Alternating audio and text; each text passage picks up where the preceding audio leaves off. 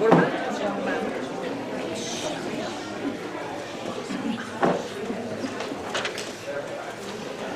looking for 2 city council members.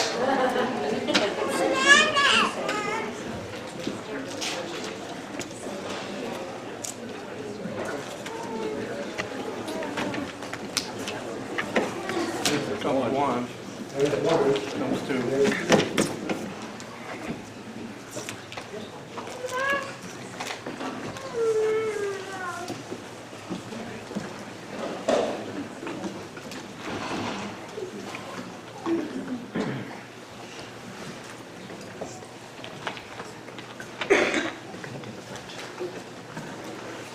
You're also quiet and reverent, that's good.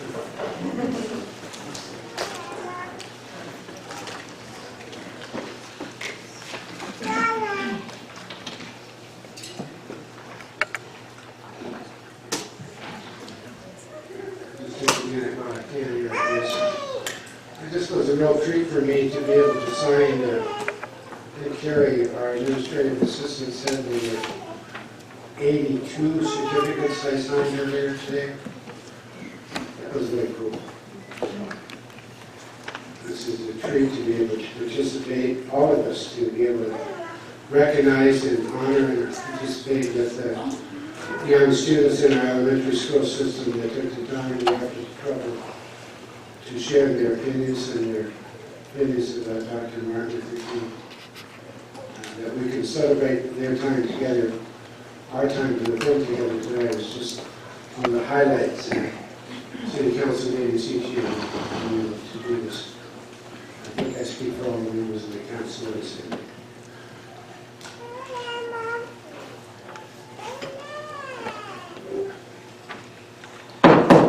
So we will, with that said, we will begin our city council meeting on this March 15, 2016, and we'll have a roll call, please. Mayor Downey. Here. Deputy Mayor Kidd. Here. Councilmember Bruch. Present. Councilmember Clallam. Here. Councilmember Gase. I'm here. Councilmember Meredith. Here. Councilmember Webb. Here. Manager McKee. Here. Attorney Lord. Here. Thank you. I've invited the councilmember Brad Collins to lead us in the Pledge of Allegiance.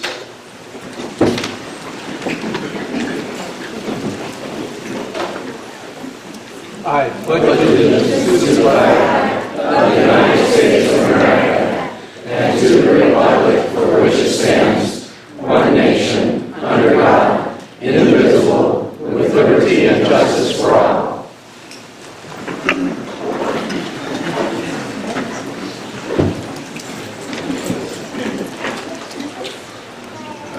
Let me change the agendas a bit in the early part of this so that we can accommodate what we're about to do with our honoring these youngsters who are going to present their certificates in just a minute.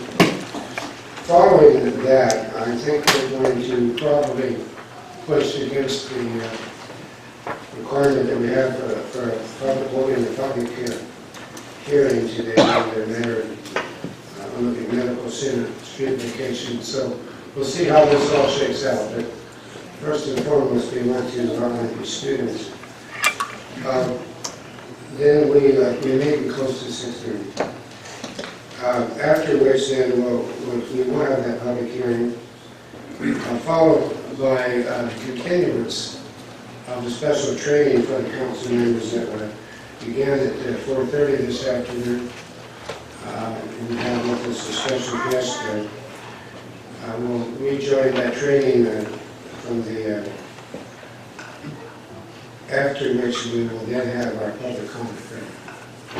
So, with that said, I want to invite Dr. Mark Jackson with him. Right out here, Dr. Jones. Jones, yes, and then myself for this special program.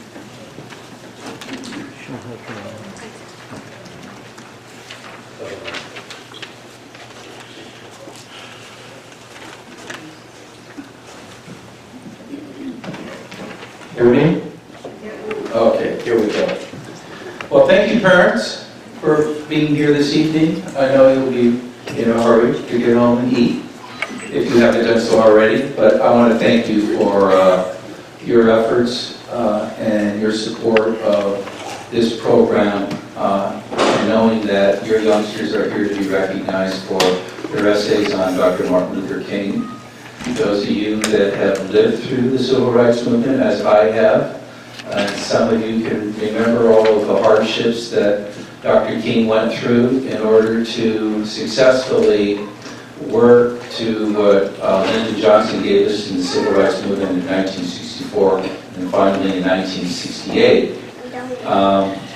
It was not easy, and to this day we continue to work to carve a nation that we all can be proud of, and our hope is that our youngsters and these young children can somehow make it even better for their children as they continue to carve the American dream. We're not quite there yet, but we're on our way. So tonight, in honor of that, we have some fantastic writers.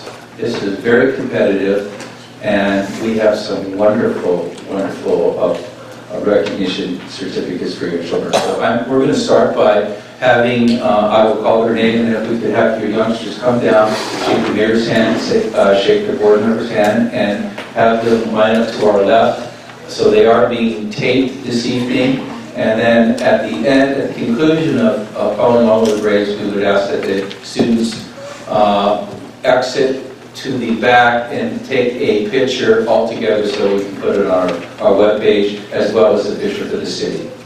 Okay? Let's go with our first, second, and tied third place winners in the 6th grade. From Roosevelt, Jenna Sanders.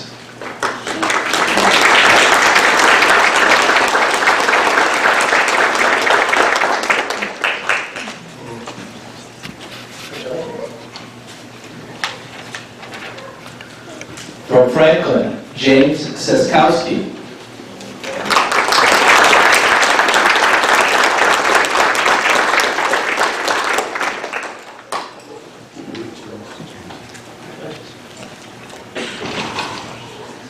From Jefferson, Kimberly Thompson.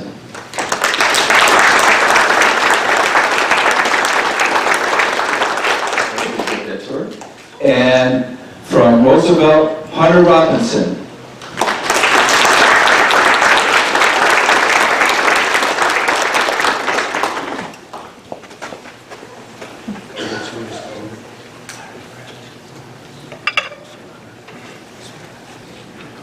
Okay, there's our 6th grade.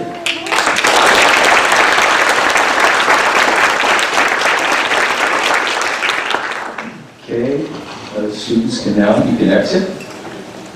Don't leave though. For the 5th grade, from Jefferson, Astrid Jovargan Yates.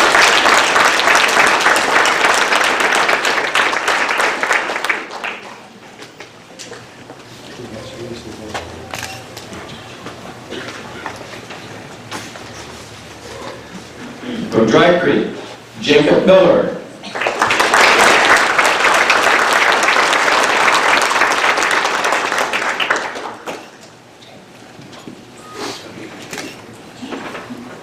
And from Roosevelt, Caitlin Bush.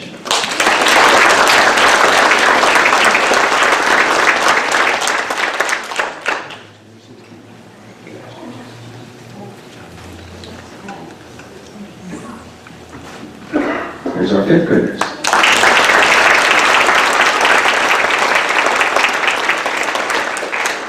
You can see. Go ahead and be seated. Thank you. 4th grade. For Roosevelt, Caden Stewart.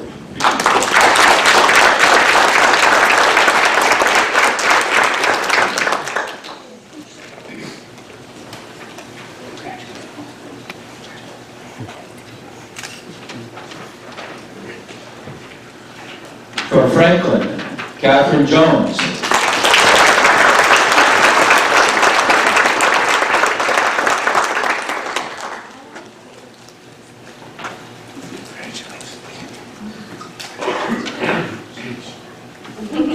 Okay.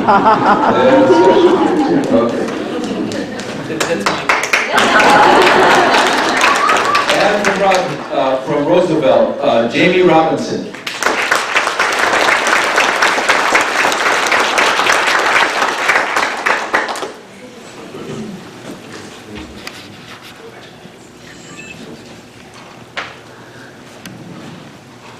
Here's our fourth grade student.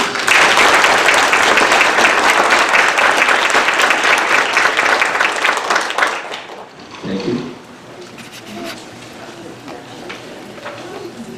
Third grade, from Jefferson, Cammie Bowman.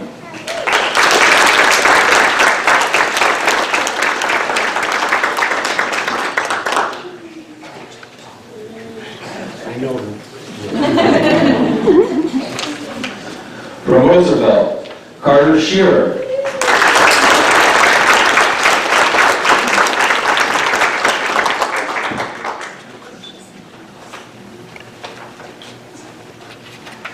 From Roosevelt, Nathan Baston.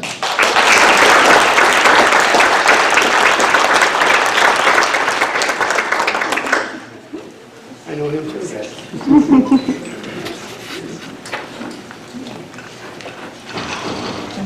And from Roosevelt, Raisin Harris.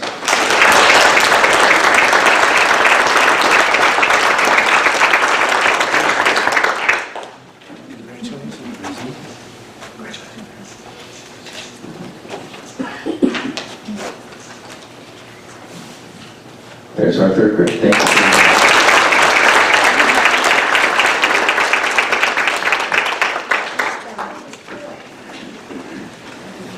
Our second grade. First place, Miles Smith, Roosevelt.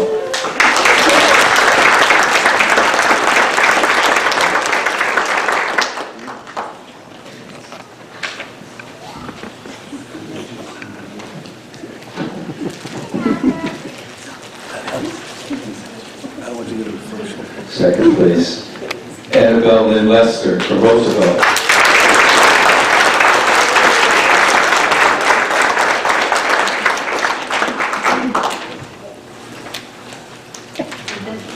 And third place from Franklin, Claire Bowenshot.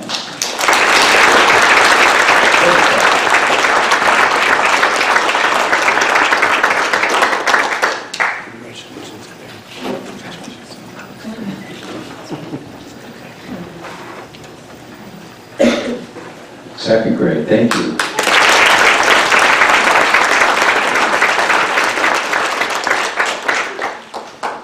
First graders. First place from Jefferson, Joshua Freeman.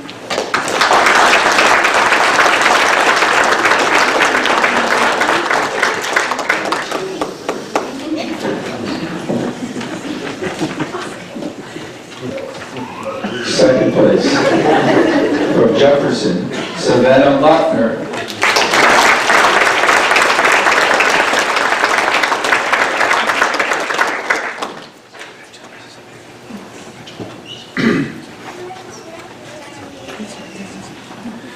And third place from Jefferson, Audrey Tesron.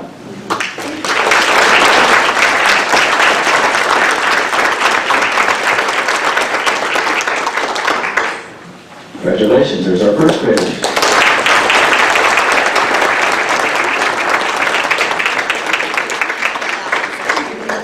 Kindergartners. First place from Franklin, Stella Franken.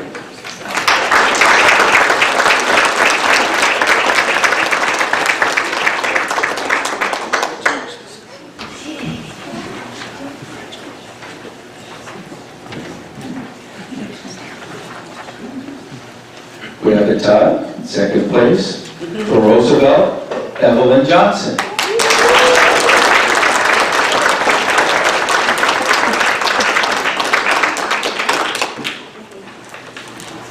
Second place from Franklin, Olivia Lightfoot.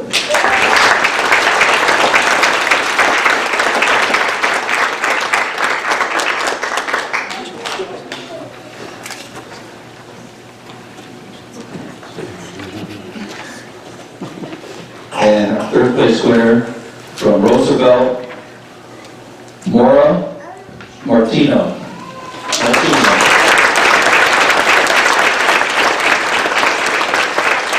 will get that certificate to us, but let's give a hand for our kindergarten.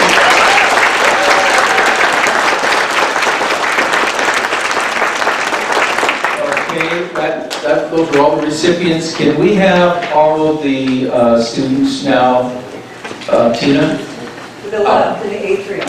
The atrium. Okay, out the hallway to the atrium. So, 1 second so we can dismiss the parents and the students. Okay, thank you very much. Thank you.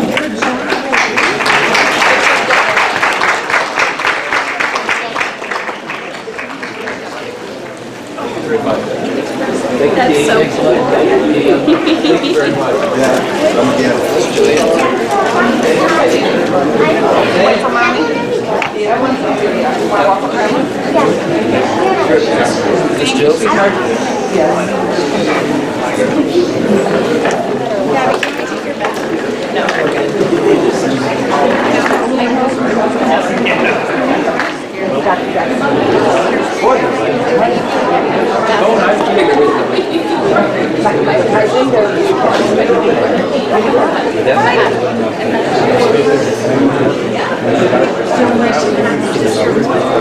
What's a box? I don't even stand in line. You light up a plate. It's silly. These guys are freaking out. Third grade,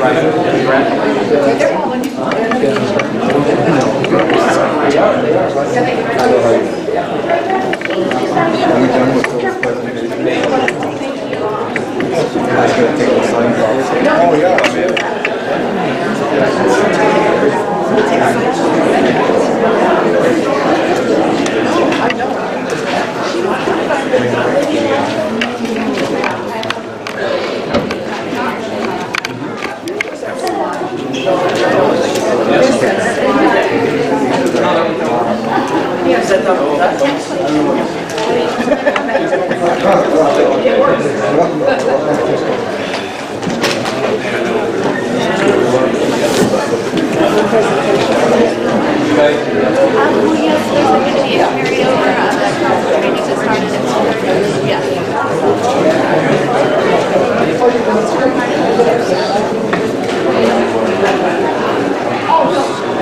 It's not going to be right now, Stephanie. It's not going to be right now. It'll be a little bit later.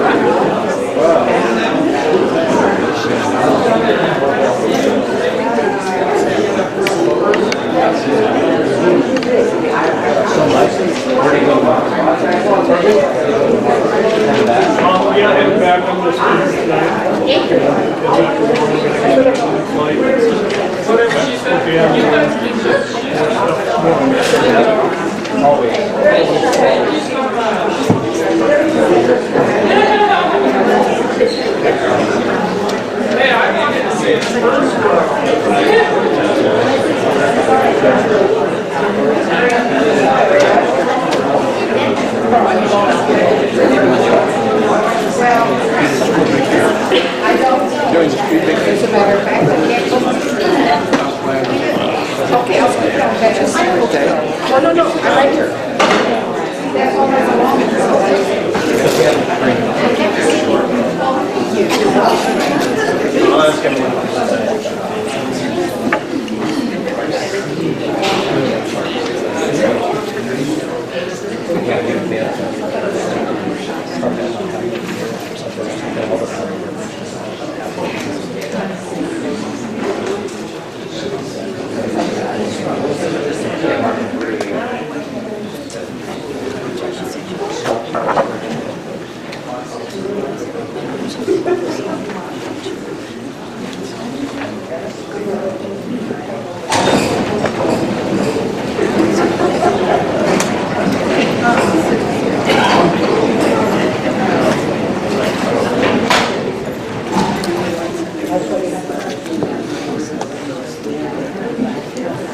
Those of you who may have just joined us,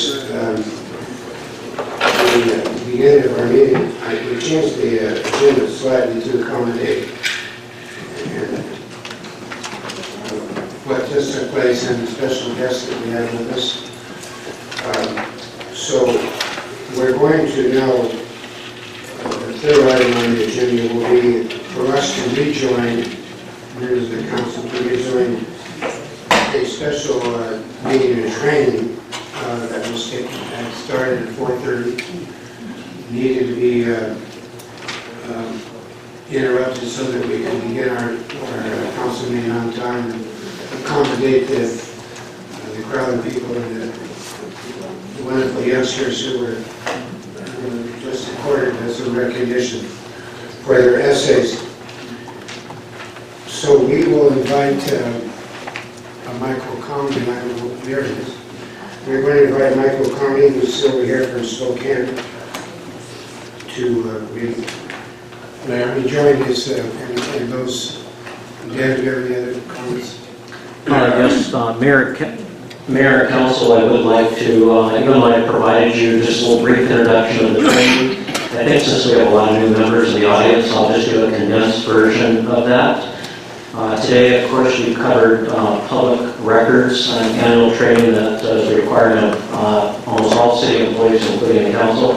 But the second half of the training covers multiple topics designed for new council members, and what we provide is a refresher to council members every other year, commonly referred to as Council 101. Mike Conley will be providing that training, and again, as we stated earlier, this is designed to be informal in that during the training itself, council members, if you have questions, it would be a good time to ask. A little bit about Mike. Mike Conley began practicing law in 1981. And for some people in the audience, especially the younger ones that were here earlier, that sounds like a long time ago to me. It doesn't sound so long, but it is quite some time. He has over 10 years as a city attorney for the cities of Spokane and Spokane Valley. 19 years in private practice representing municipal organizations. He served as chair and a member of the State Public Disclosure Commission and also served on the Executive Ethics Board for the state.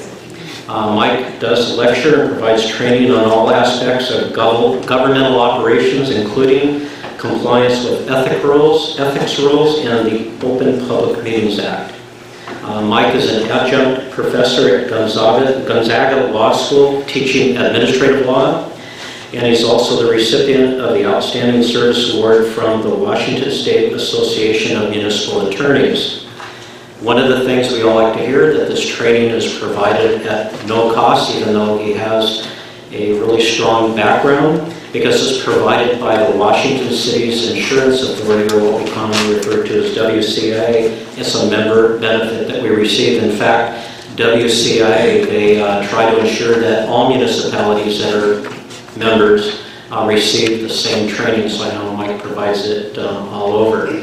So one of the other things that again I want to emphasize is that it sounds like there are some contemporary topics, but these are the same topics that we provide to the council every other year right after we have an election for, again, new council members, which we have one, and again as a refresher for the existing council, same topics that we've had for approximately the last 10 years. And so with that, again, this is a continuance of the training. I think we make about halfway through, Mike? Yes. Okay, so it's your show. Actually, just before we start, if we could tell the public when we'll have a public comment period, because I know that normally after the ceremonial matters, we usually have public comment. So if we're going to have public comment, it'll only be once at the very end. Is that what's going to happen today? Twice. So it'll be... Two public comment. Okay, so after the training. Immediately after Mr. Conley concludes his training, we will... Public hearing. We'll be a public hearing. And then... I cannot predict how long that will take. I don't expect it to be too long. But we need, by the procedure is noted in the printed agenda, that we try to have our public hearings to begin as near to 6:30 as we can, so we'll be beyond that a bit. But then we'll do that public meeting And then following that, then we'll have our first public comment. Thank you. So, Mr. Conley, that is yours. Okay, I will try not to drag things out, but I also want to answer any questions you have. So, again, if you have questions while we're going through this, just ask. The next section that we're going into is the ethics provisions and the ethical rules governing the state legislature and state employees is a separate chapter and somewhat different from the ethical rules governing local government and councils. And there are really three, It's coming up. come up? Okay. There are really three different areas that the state looks at in trying to regulate local governments. And the first rule is that you or no other municipal employee can accept any gratuity or anything of value in connection with a contract from a party beneficially interested in that contract.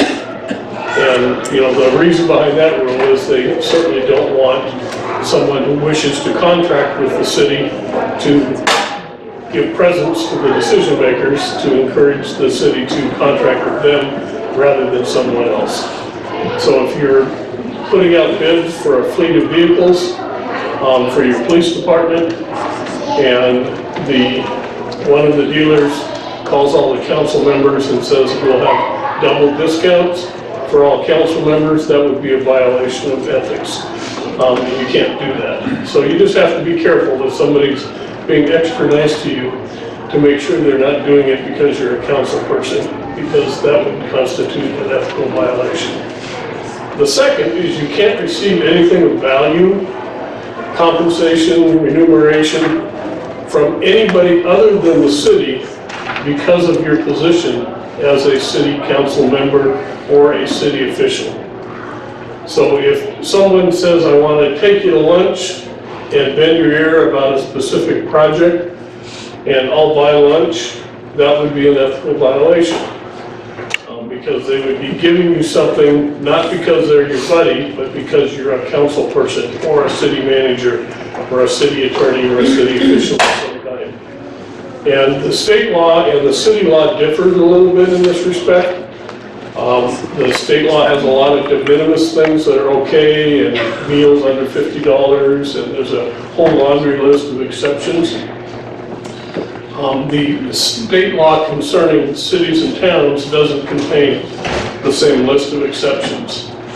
Now, a number of cities, I'd say close to half of the cities in Washington have adopted the state rules as part of their ethical rules. And, I guess I can understand the logic of that, but technically that's not correct. There really is no basis for that. And the better rule, if you really want to make sure you're compliant with 4223, is to have a no compensation, no gift rule because of your position as a council member.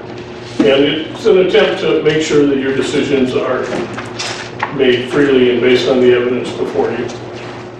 The third one is that you can't use your position to benefit yourself or others. So you can't use the fact that you're a council member to result in some financial improvement to yourself. And really it even comes down to you can't use your position as a council member, city manager, city attorney to benefit others, like family members, by forcing someone to give a job to one of your kids. So you really need to be careful that you're not using your position as a council member to benefit yourself. That's not why you were elected. And sometimes in a small community, it's kind of hard to know when the friendship ends and the professional relationship begins, but you just have to be diligent and err on the side of caution.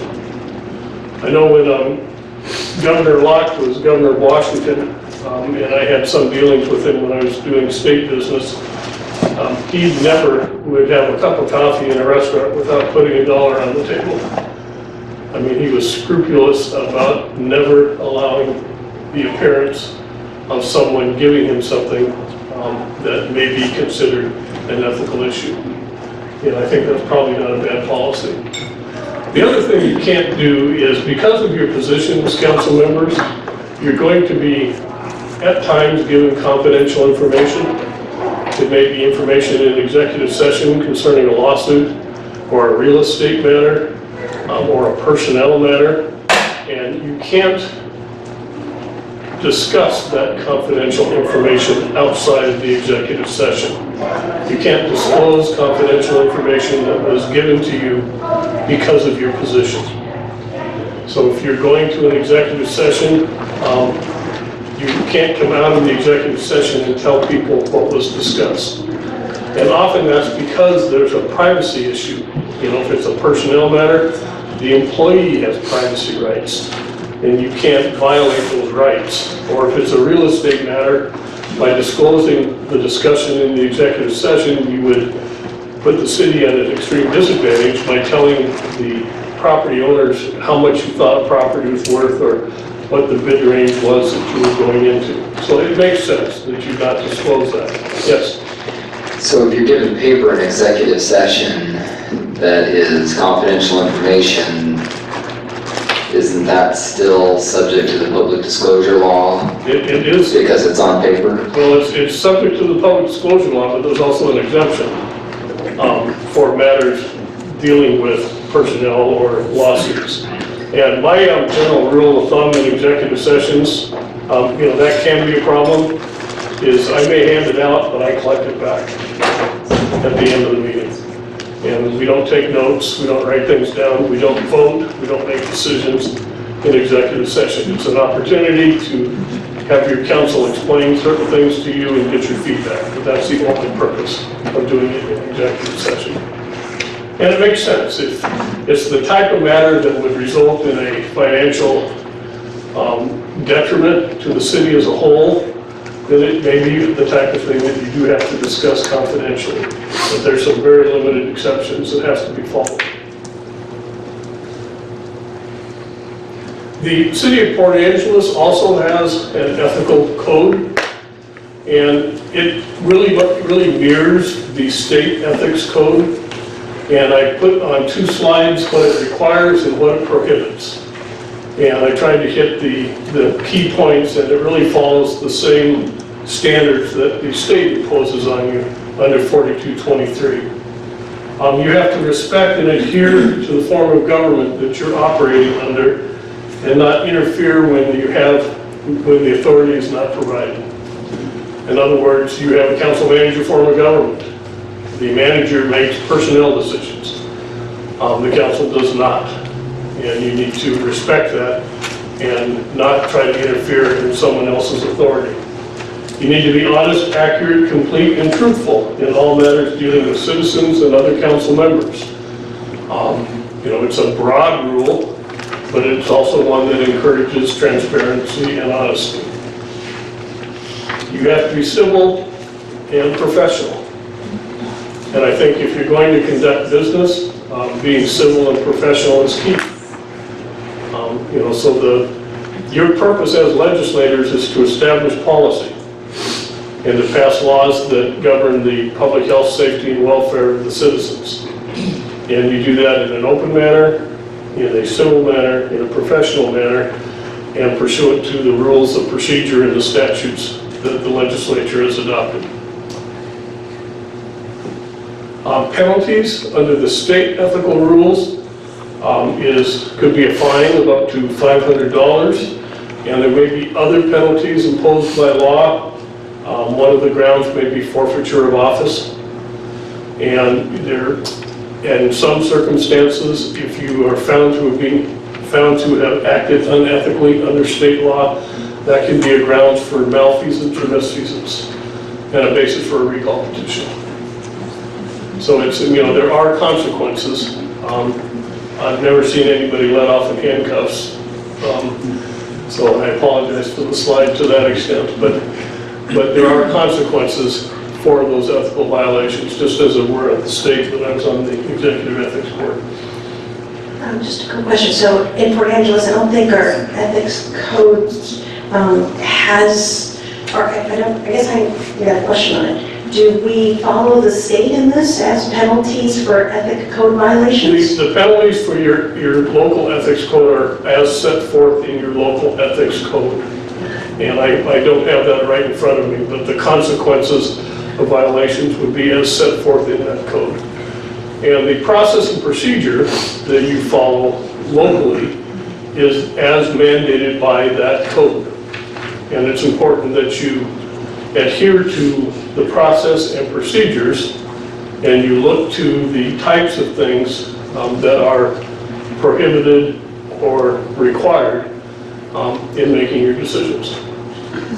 You know, the city government and city subcommittees are all there for a purpose. And I think it's important that you use them for the purpose they are intended.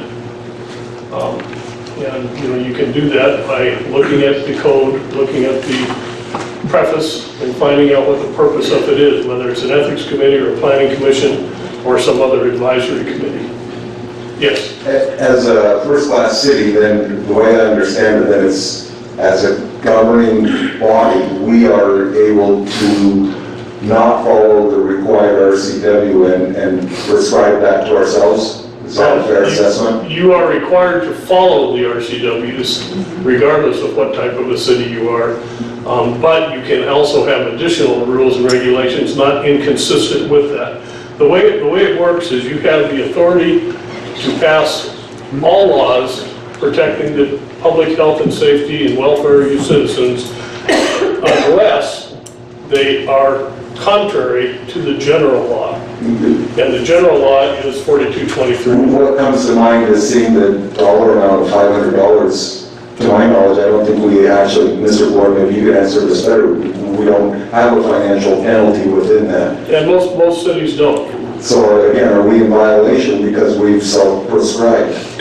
No, if you establish your own ethics committee and you establish your own ethical violations and your own penalties, as long as that is not inconsistent with state law, you're fine.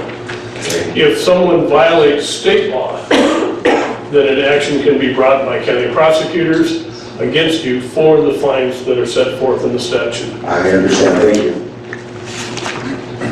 Okay, the next big question is one that we struggle with as city attorneys all the time, and that's who does the city attorney represent? And that's an easy one to answer when the mayor, the council, and the city manager are all on the same page. Sometimes it gets more difficult when there's animosity between the council and the city manager, or the council and the mayor, or members of the council. And the general rule that we follow is we represent the entity of the city, in this case, the city of Port Angeles. So if I were your attorney, I represent the city of Port Angeles, the entity and its best interests. And I do that through the duly authorized representatives. So if it's a administrative matter, then I represent the city through its duly authorized city manager, who's in charge of administration. If it's a legislative matter, then I represent the city through its duly authorized city council and advise you in legislation and making sure that your legislation is lawful and will withstand a challenge. When councils get sideways, or mayors and councils get sideways, it's a problem. And there have been numerous examples where councils have hired separate counsel and gotten in lawsuits. And the general rule is if you hire separate counsel and lose, the city's not going to pay that attorney's fees bill. You get SAR. So it's something that you want to avoid if at all possible. And sometimes multiple attorneys are required when there's conflicts, when lawsuits are filed. But you really want to try to act as a unit with each of you doing your duly authorized responsibilities and not crossing over into someone else's. And that's a 30-second snapshot on something that we've written books about. So it does get complicated. Rules of procedure. There are some really basic rules of procedure that most bodies that deliberate and vote follow. And you can have council rules of procedure that reflect this, and you can adopt existing rules of procedure, like Robert's Rules of Procedure. And in your personal rules of procedure, you refer to them as something that can be looked at, but not specifically adopted. But the basic principles are always the same. And they make sense because they're designed to figure out how we're going to make government work. One, you talk about one subject at a time. You don't talk about 10 different things. And that's why we have the requirement of a motion and a second and discussion, so that you're only talking about one thing at a time. And that allows you to conduct business and not get bogged down in multiple things. Opposing points of view need to be freely expressed. Under a strict rule, you would alternate. But the gist of the rule is that the opposing perspectives need to be spoken and made a part of your deliberations. You should always call for a negative vote, even if you think you've got all the yeses. All in favor, all opposed, so that it's clear that you've given those that may have a chance to object to do so. You confine debate to the merits of the pending question. Now, we're human beings, and we all have things we're passionate about, and the tendency is to get off topic and start talking about something that's not the pending matter. And the chair would be correct in saying, you know, that's not the issue before us. Could you please address your remarks to the question before the council? And again, that's just so that you can get business done. The basis for these general rules are basic due process rules found in our Constitution, in our state statutes, in a charter if you had one, in the council rules if you adopt council rules, and rules of order if you adopt rules of order such as the Robert's Rules. The one thing I wouldn't do is follow a procedure that's dictated by custom. So if I ask you the question, why are you doing it that way? And your answer is, that's the way we always do it. That's not a good answer. I'd say, well, let's back up a little bit and find a policy, procedure, statute that governs that specific action so that we're acting in an authorized fashion. So be cautious about just doing it because that's the way we always do it. The basic rights that you have as members of the council are also going to be addressed by whatever rules of procedure you have, and they're also protected by the Constitution. And that's the right to attend meetings. So you have to have notice of the meetings so you can attend. You have the right to make motions. And that's not a right that can be taken away from you. You have a right to speak in debate, and you have a right to vote. So those basic rights cannot be jeopardized by whatever rules of procedure that you adopt. Decisions are made by majority vote. That's how it works. And, you know, the government at the state level, at the local level, and at the federal level, you know, plugs along following that basic rule. So once you have a majority, then that's a decision, and the council, the body, has acted, even if, you know, a minority of that body may feel differently. Some decisions require a majority plus one. If you're going to amend the budget or declare an emergency, then you need more than a majority. And the reasoning behind that is that, you know, some things are important enough to require a supermajority. And we do that at the local level, and the state does it at the legislative level. So there are some things that require a supermajority.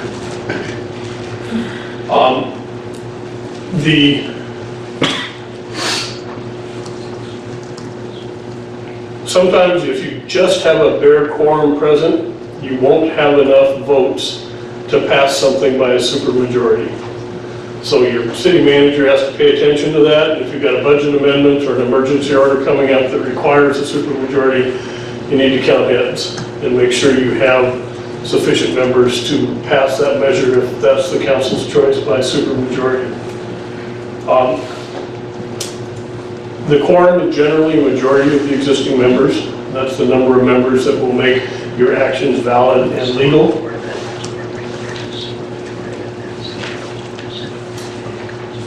And the process, yes, I've got a question on the rules of procedure. I value your opinion, having much more governmental interaction within our entire state. So over the past few months, we've actually started the discussion of how we are going to conduct our business. So could you give me a rough estimate of city governments that are same size as ours that actually have adopted Robert's Rules of Order? Because I think in the future we could be discussing that, and it would be good to know what the odds are in our state. almost every city that I've spoken at, and I haven't done a survey of every city, but every city that I've provided training for in the last couple of years either adopts Robert's Rules or refers to Robert's Rules and has kind of a modified approach based on Robert's Rules of Order. Now, some of the state has followed some other rules. Reed's rules of procedure are being followed by some of the state entities. And, you know, Robert's Rules, there's nothing magic about them. They really just codify these basic things that we've talked about, and they're designed to allow the body to govern and to remove obstacles to governing, like talking about too many things at once. You know, or the calling for a question that's set forth in Robert's Rules. If you're passionate about an issue and one person is really passionate about an issue and just keeps talking, every time somebody else talks, he also has something to say. At some point, you can just call for the question under Robert's Rules, and you say, I'm calling for a question. If it's seconded, it goes to an immediate vote. If 2/3 of the body agree, then you quit talking and you vote on the underlying issue. Those type of things. But the Robert's Rules of Order have been around since the inception of our country. And they created them when our country was created, when our Constitution was written, to provide a framework for making decisions at all levels. And the original Roberts, who wrote the rules, if you go down to the store right now and buy the newly revised Robert's Rules of Order, it's written by a Roberts, who's a direct descendant of the original. So it's stayed in the family. And it's a pretty universally adopted procedure for local governments. Some modify it, some adopt parts of it. And the rules of procedure that I have in my slides are pretty much parallel to what you'd find in Robert's Rules of Order. Thank you. The motion process is pretty simple. You make a motion, it's seconded. The chair states the motion so that everybody knows what you're talking about. You debate it, discuss your opinions, be persuasive, you know, try to twist arms, whatever. Then you put it to the question and you vote. And that process, in some manner or another, has been followed and is a real efficient way of making a decision. The call for the question we already talked about. Unanimous consent, I'd be careful of that. I've come across bodies that have gotten into the habit where the presiding officer will just kind of look around and say, are we all okay on this? Or is there a consensus? Or, you know, does it sound like a good idea, or some general language, and everybody kind of nods? You know, you don't want to do anything that's substantive that way. You want to vote and have some type of a recorded vote so that you, if you get sued and we want to go back and find out exactly what happened, we have a record. And sometimes just the general consensus doesn't work. So be cautious. You know, if you wanted to plan the Christmas party, you can have a consensus as to when that is or who gets to be Santa Claus. You know, those types of things. But if it's substantive, I'd be a little more formal. The rules of procedure that you currently have require a couple things. They require you to comply with the Open Public Meeting Act requirements. In other words, you don't have a meeting that's not properly noticed and consistent with state law, and you don't meet unless it's a properly noticed meeting. You are required to maintain confidentiality of executive sessions. You're required to attend meetings, to comply with the rules of procedure, comply with rules concerning the preparation and amendment of the meeting agenda, and adopt the rules of decorum and debate. And you can look at your own rules and see the specific language. And if there's any question about those, you know, if you're not in agreement as to what the words mean, or the process is not clear, then I would recommend that you revisit it. And, you know, nail it down so that everybody knows what the rules are, so that the public knows exactly what the process is. And that way everybody is, you know, drilled in and anticipates what happens and knows what the consequences are. Okay. There's a number of things you can do that'll get you sued. And I'll put your insurance company's hat on a little bit when we go through this, but this is the things that result in money damages. In land use, if your decisions are arbitrary and capricious, meaning without basis, based on bias or prejudice or an unreasoned position, you can be subject to litigation. If you're doing a quasi-judicial decision that we talked about earlier, and the appearance of fairness isn't followed, you know, you talk to a proponent or opponent outside of the hearing, you have a prejudgment or a biased interest that you don't disclose, or you do something you have no authority to do, that can result in specific penalties. And two examples probably that I have in a further slide, but we can talk about quickly. One was in the city of Spokane, where they had zoned an area to be high-rise apartment buildings.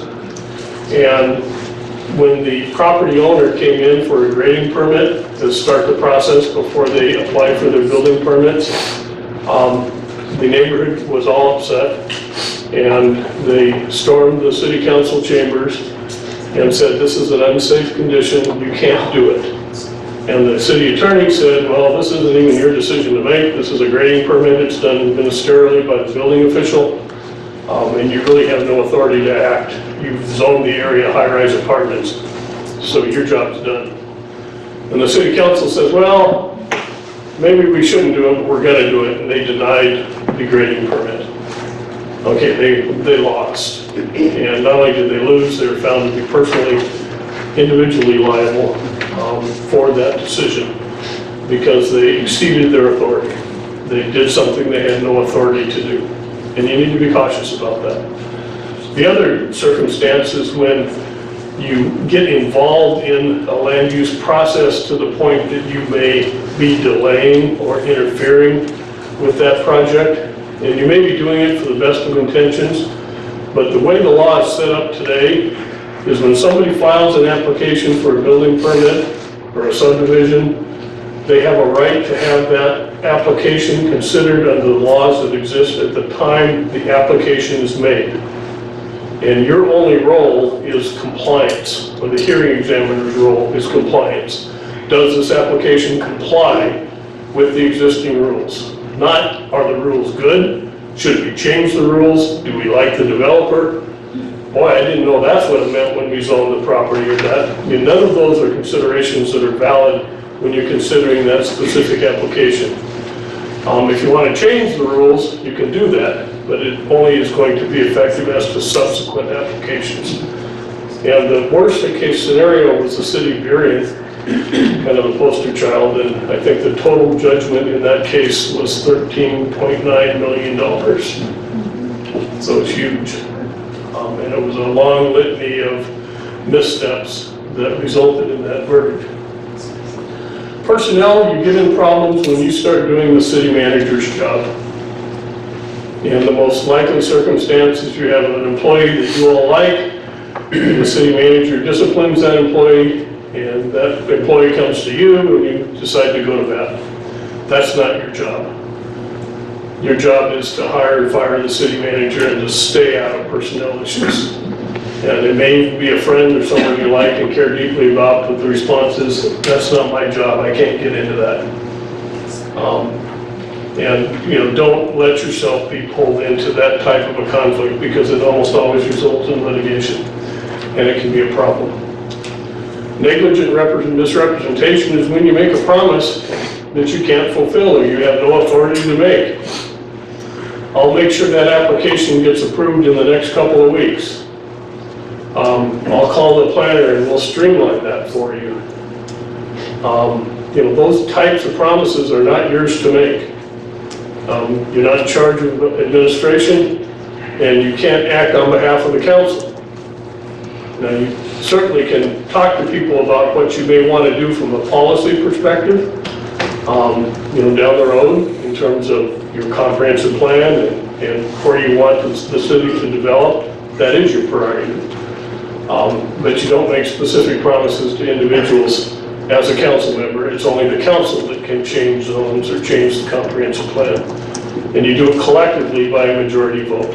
That's how it works.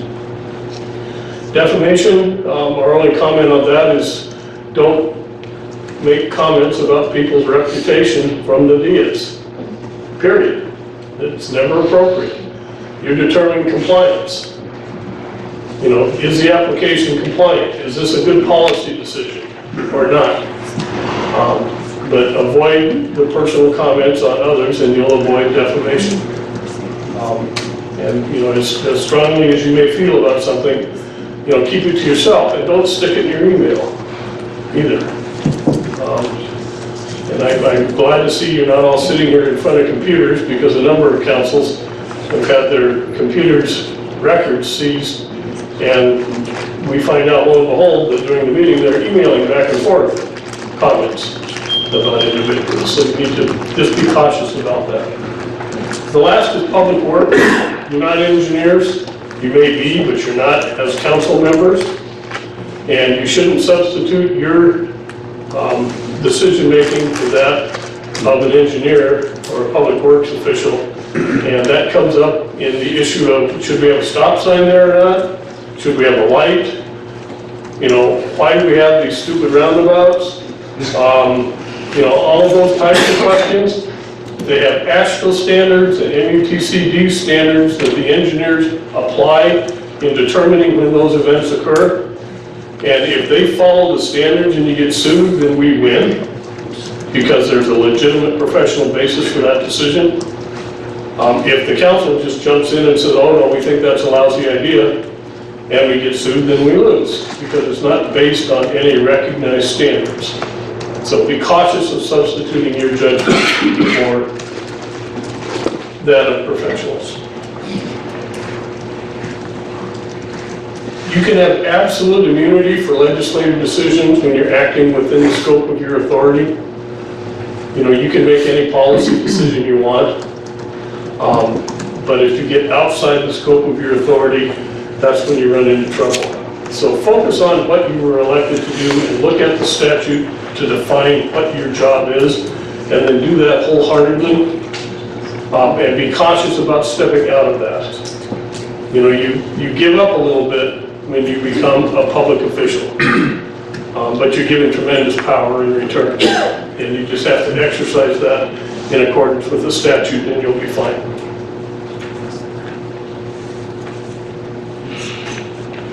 These are the specific circumstances under land use. You have to be fair and impartial. So you can't communicate with the proponent or opponent when it's a quasi-judicial matter.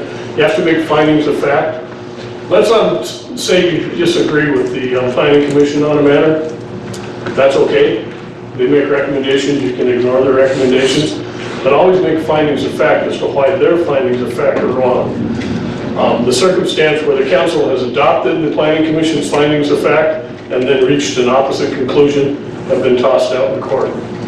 So if you're going to disagree with the planning commission or an advisory body, make specific findings as to why you're doing that. And that's certainly within your authority to do so. These are the circumstances that we talked about. It's not Van Buren. I apologize for that typo. But the total liability to the city with attorney's fees was $13,989,000, so it's significant. And the Mission Springs case was mostly delay damages, because they delayed the construction of a lot of apartments for a long time.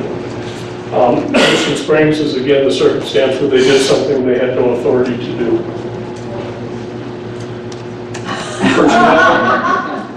Now I want you to know that this slide was put in this particular PowerPoint at least a year ago. Okay, so I probably should remove it given the explosive nature of politics, but I had correct, yeah, so that was a slide we picked up some time ago before politics became what we watch on TV every single day.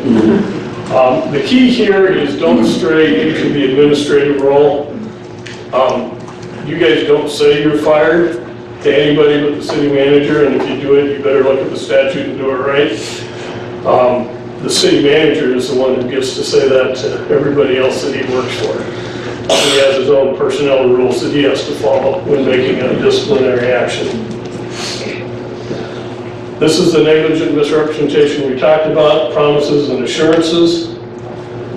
Just refer questions to staff if there are questions that need to be answered, or refer them through the city manager to staff. This is defamation that we already talked about, and this is the public works. And, speed limits, those are hotly contested, stop signs, street lights, and the one that people really get angry about is when they decide to not allow left-hand turns. So you can't turn directly into the business, you have to go down the end of the block and come back. And a lot of businesses don't like that, but there's usually a traffic reason for that. And again, when those decisions are made, it's best that they're made by the professionals, not by the councils. Don't leak executive session information. That's prohibited by statute. If you have a conflict, you don't want to be at the executive session for any reason, then just don't go. There will be no decisions made in executive session. It's an opportunity for you to talk to your council about certain specific topics. If you're not comfy with it, then don't attend. When I was city attorney for the city of Spokane, I prohibited one of my council members from attending numerous executive sessions because he was suing the city. And so when we discussed his lawsuits, he didn't get to come. And he was indignant, but that's the nature of the beast. So be really mindful of written communications. My dad always told me if you don't want it in the newspaper, don't write it down. And that's every bit as real today as it was 30 years ago. Be careful what you write down and where, because it's probably going to be a public record. And it may be something which you shouldn't have said, or may subject the city to some action. Now, I don't know if you guys have Twitter and all the public media in Port Angeles or not. But if you do, then it's all public records and you need to figure out a way to store it and save it. And you talked about emails and other Public Records Act bills, so I won't go through that again. Okay, the last thing I wanted to talk about, and I'll go through it quickly, but it's a pretty simple message, is the state has an Open Public Meeting Act, and that was passed by a vote of the people. And essentially what it was saying is that the decision-making, the deliberations, the discussion about a specific topic needs to occur right here in front of those people so they can see what government is doing. And, that's been a law that the courts uphold vigorously in all circumstances. And so if you're going to discuss public business and there's there's a quorum of you present, it needs to be done in this meeting. It can't be done outside of the meeting. The old backroom deals is something which went out with the Open Public Meeting Act. I've got a question. Yes. So if we don't have a quorum, which many of our boards and committees do consist of less than a quorum, what's the RCW about being open to the public? If you have less than a quorum, then it doesn't have to be a meeting subject to the Open Public Meeting Act. Most cities, even for their advisory committees, will make those open to the public just because it's transparent and it doesn't, hint that something is going on. But it's a quorum. A quorum has to be present before the Open Public Meeting Act kicks in. And we had a case in Spokane that I had where 3 of my council members were talking about the process to follow to replace a council person. You know, somebody had resigned and they were talking about, well, what do we do what process should we use? And then they came into the public meeting and the one council member said, you know, we talked about this and I think this would be the best way to go. And then they had a discussion and they adopted a process. Well, they were sued because of we talked about this. And the court found that there was not a quorum present. There was no evidence that a quorum was present when that initial discussion occurred. But, you know, I'd be careful about trying to job that. You know, I've also seen councils that thought that they could meet in groups of 3 and then one leave and another one show up and get past the Open Public Meeting Act that way, and that certainly isn't going to work. If you send emails around and ask everybody in the council, what do you think about this? That's probably an illegal public meeting.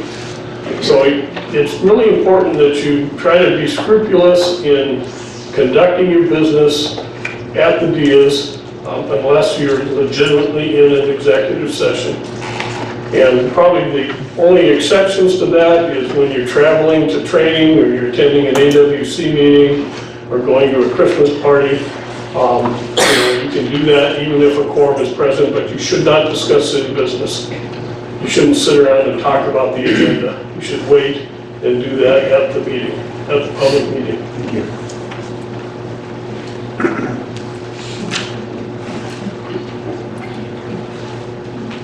These are just some cases where they found there was no violation.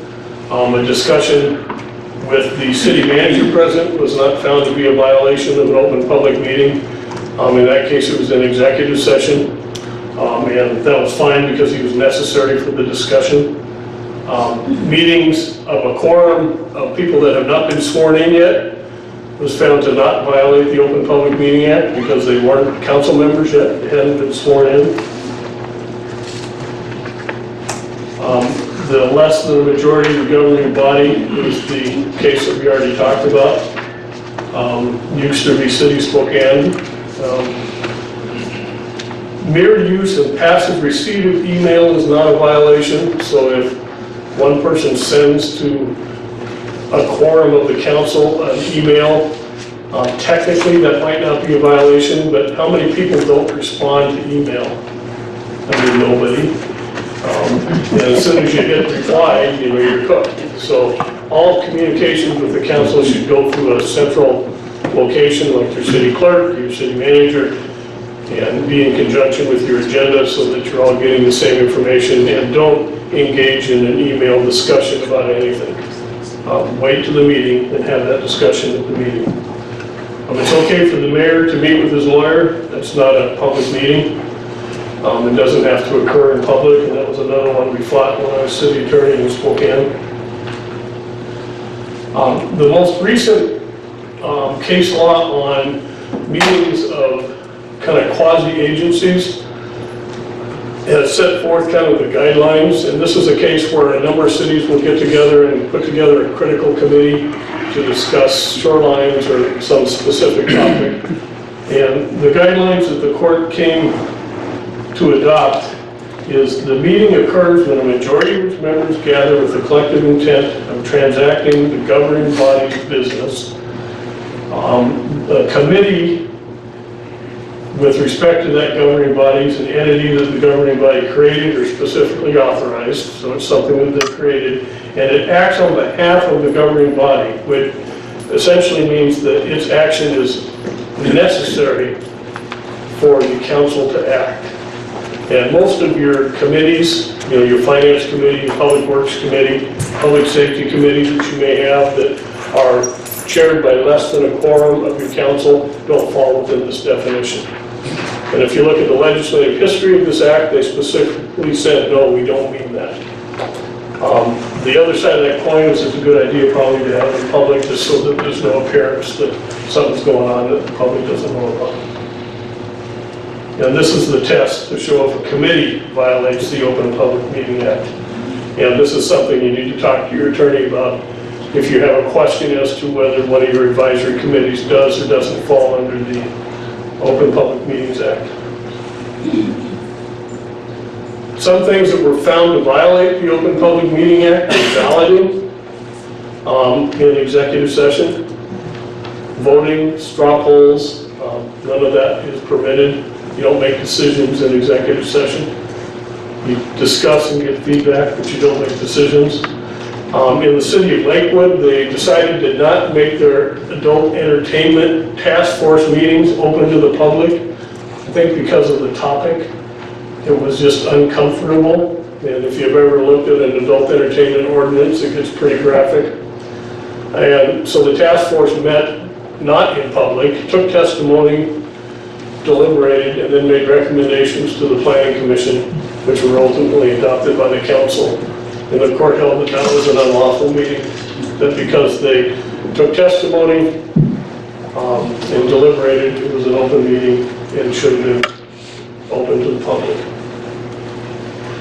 Email messages, as we talked about, can result in accidental, illegal meeting. The city of Spokane approved a settlement in that same Mission Springs case we talked about, and they did it in executive session by a collective positive decision, whatever that means. Sounds like one of your words to me.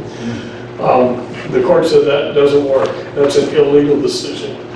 You don't make decisions in executive session. You make decisions in open public sessions. And the straw vote also has been found to be illegal. I put together a slide for executive sessions and the rules that you have to follow, and this is something that Bill and your city manager are well aware of. Let me go back up. These are the kind of things that you can have executive sessions on, and there's a number of them. And again, this is something you shouldn't do unless your attorney says it's okay. And you need to keep to the topic. So when you go into executive session, you talk about the specific item that's exempt, and then you go back into open session. You don't start talking about other topics, and your lawyer will keep you on task. If you violate the Open Public Meeting Act, you're subject to a civil penalty. Attorney's fees and costs are also awarded to the party that's alleging it. And it could be considered, again, malfeasance or misfeasance and be the basis for a recall. If you think something's going on in an executive session that's not kosher, that doesn't fall under the exceptions, or that the conversation has turned, my recommendation is you just get up and leave. And then you talk to your city attorney, or if you can't talk to him, you talk to the county attorney or the state if you think an unlawful act has occurred. But don't continue to participate if you think something is inappropriate. And that's the end of the slideshow. So if you have any other questions that I can answer, I know it's going to be a long night, and I've already taken up a bunch of it. So, okay, well, thank you very much. And if you have any questions, my email's in the materials, and feel free to contact me. The only caveat on that is if you contact me, I will copy your city manager with any response. Okay? Thank you, Mike. Thank you. Okay, we are now at the point of the agenda. We will the public hearing regarding the public the medical centers street vacation request 16-01. Mr. Mayor, I'd like to recuse myself from matters with ONC. My wife works for that company and is employed with them. Would someone please let me know when this item has been further discussed and is over with? Okay, thank you, Mr. Chairman.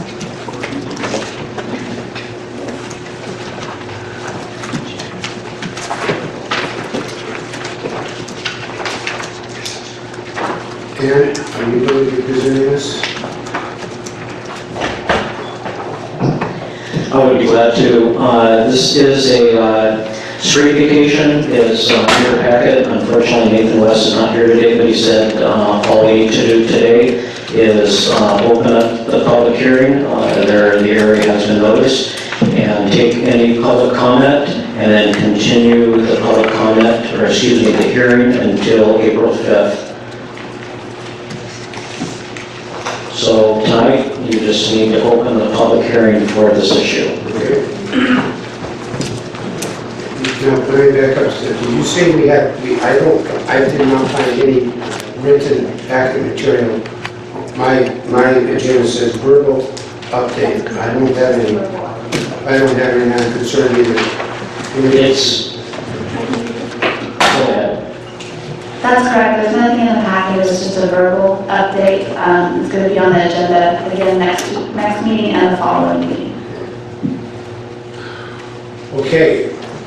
With that, I will open this as a public hearing. Is there anybody here this evening that would wish to address this matter of street vacation?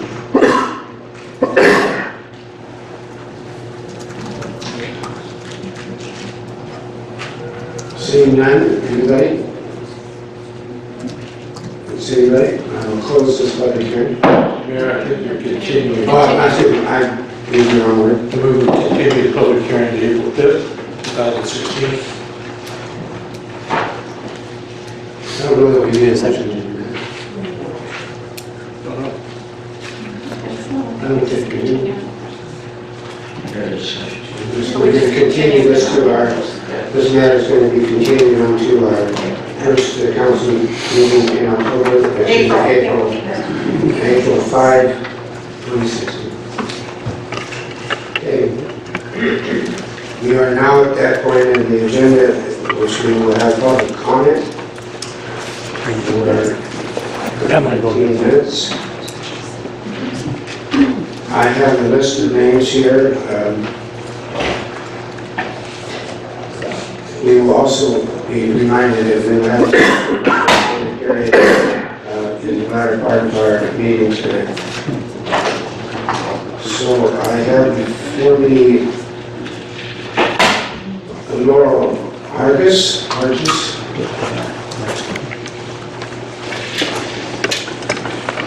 Please state your name and your address for the record, please. Laurel Hargis, 3755 Canyon Circle. I said it before and I'll say it again, I'm a registered nurse and I do not endorse the fluoridation of the municipal water supply. Would any of us want to live in a world where state-sponsored medical interventions can be forcibly applied against any unwilling person or population? This may seem like an unlikely scenario for those of us who feel safe and secure in the freedoms we have in the United States of America, including the right to direct our own health care. But when we take our freedom for granted, we do so at our peril. For freedom requires vigilant guarding against the forces that constantly work to chip away at it. A little cut here, and a little cut there, this exception and that exception. Beware the death of 1,000 cuts. The principle of consent is an important part of medical ethics and international human rights law. But somehow the medical dental community has decided it is okay to make an exception to this principle when it comes to water fluoridation. Make no mistake, people in the medical dental community would not do in their office and or practice what they are saying you, the City Council, should do, which is to force a medical intervention on any unwilling person.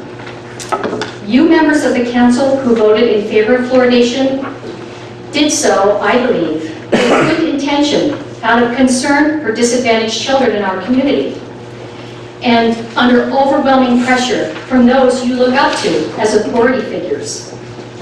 As one pro-fluoride speaker recently put it, we can provide some good for these children with, quote, a simple glass of water, unquote.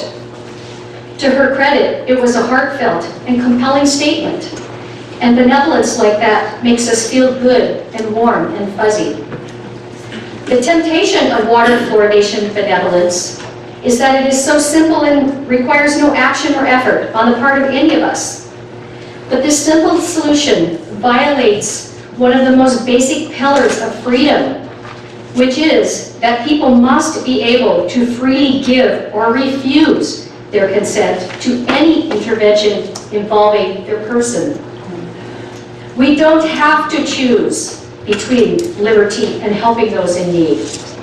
There are many states with school programs which administer fluoride treatments, which we could emulate. Also, the state of Washington Department of Health recommends school programs which provide dental sealants and fluoride varnishes for disadvantaged children. And they provide guidelines for implementing these school programs. I urge the council members who voted in favor of fluoridation to reflect on the two choices here. Option A, to continue water fluoridation and knowingly sacrifice the principle of consent to treatment for the sake of simplicity and convenience. Or option B, to act as protectors and guardians of basic human rights and freedom by ending water fluoridation while also stepping up as leaders in a new community effort at developing and implementing oral health programs in schools and pediatric clinics. Option A produces a winner and a loser. Those who want to choose for themselves will lose. Option B would be a win-win for both sides. So logically, it must be the high road, the morally right choice. Thank you.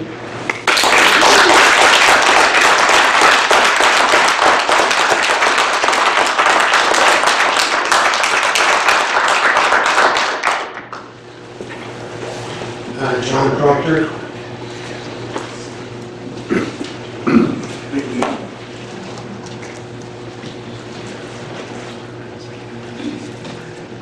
Your name and your address. My name is John Proctor. My address is 2123 West 4th Street here in Port Angeles. I am representing the Olympic Peninsula Fly Fishers Club, and I am president of that club. Also present are most of our board members in the back row here, which also represent the view that I'm going to present here. I'm here to discuss the possibility of the city continuing to help finance the annual Kids Fishing Derby at Lincoln Park. I don't like to read from notes, but in order to not take up too much of your time, I'm going to just read point by point. I have been told that the first Kids Fishing Derby was held in 1996. Our club was approached sometime later to help the Derby, put on the Derby, because our membership has the knowledge, manpower, and expertise to handle such a task. This year, the Parks and Recreation Department notified our club that the city would no longer participate in the funding of this event. While we understand the financial reasons for discontinuing the funding, the City Council may not know how important this single event is to the youth of our community. In the past, the following have been contributors to the event. Contrary to what I've heard from some of the city employees, the fish provided for this derby are donated by the Washington Department of Fish and Game. They are not provided by the city. And they donate about 1,500 fish, and they're trucked up here to Lincoln Park Lakes. A local Kiwanis club donates between $200 and $400 per year to help offset expenses, plus they volunteer to cook hot dogs and serve food to the kids.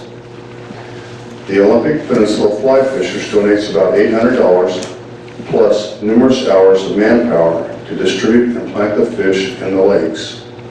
Our club also has 15 to 20 members run the event for the city.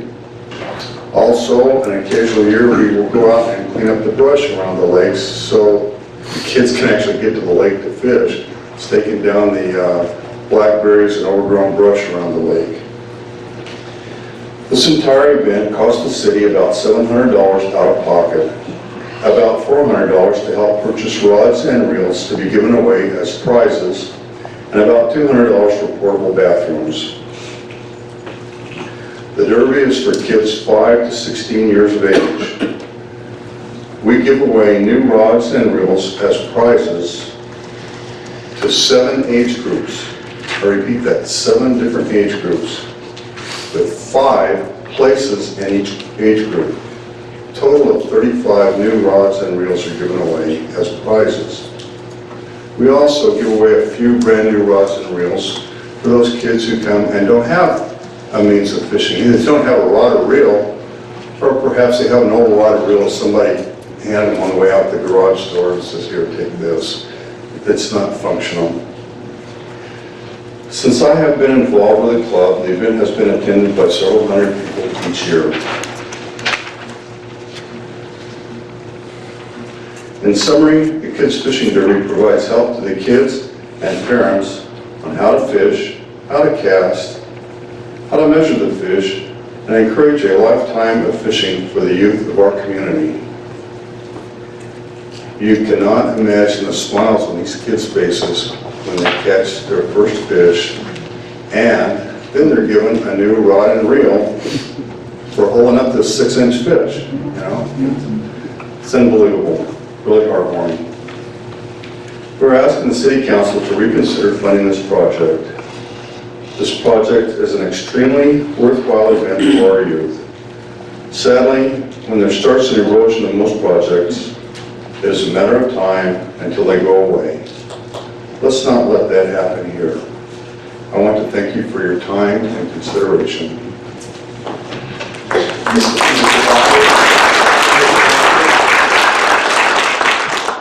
Could you be more specific as to your funding request, please? In the past, the city has provided approximately $700, and as I mentioned, $400 goes to help purchase the new rods and reels and put in portable Santa cans, 2 portable Santa cans, and the whole event would cost anywhere from $1,200 to $2,400. So we're not asking the city to fund the whole thing. Our past participation rate has been $400 annually? No, about $700, approximately. Thank you. Thank you. And Murray?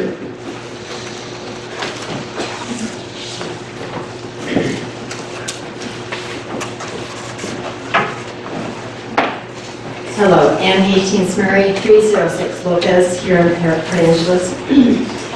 And I want to speak to an item on the consent agenda tonight concerning public engagement in the comprehensive plan. I'm really very interested in this, rather excited to see this. I strongly support the concept. I have long believed that planning is done a little backwards in our public bodies, that the staff develops reasonable proposals, puts them out for public hearing. There's a lot of investment in them at that point, and it's very difficult to get any substantive change, and people may not feel engaged. I often think things should be done from the bottom up, to start with the citizens, and then have the staff put together something that is workable. And the staff does have this broad perspective on what is workable. So I'm very excited actually to see this proposal from the DCD department. I guess I would like to encourage the council to maybe be involved in the role of the consultant, to work with Nathan or whomever in helping to structure what they do. I would very much like to see meetings held in neighborhoods, not in government buildings, maybe schools, but go out to where the people are. I would also very much like to encourage that the citizens drive the goals that are part of each section of the comprehensive plan. It's just one of the most important documents we ever do. And I'm very, very sad to see the short timeline. I wish we had done this a year ago. Thank you.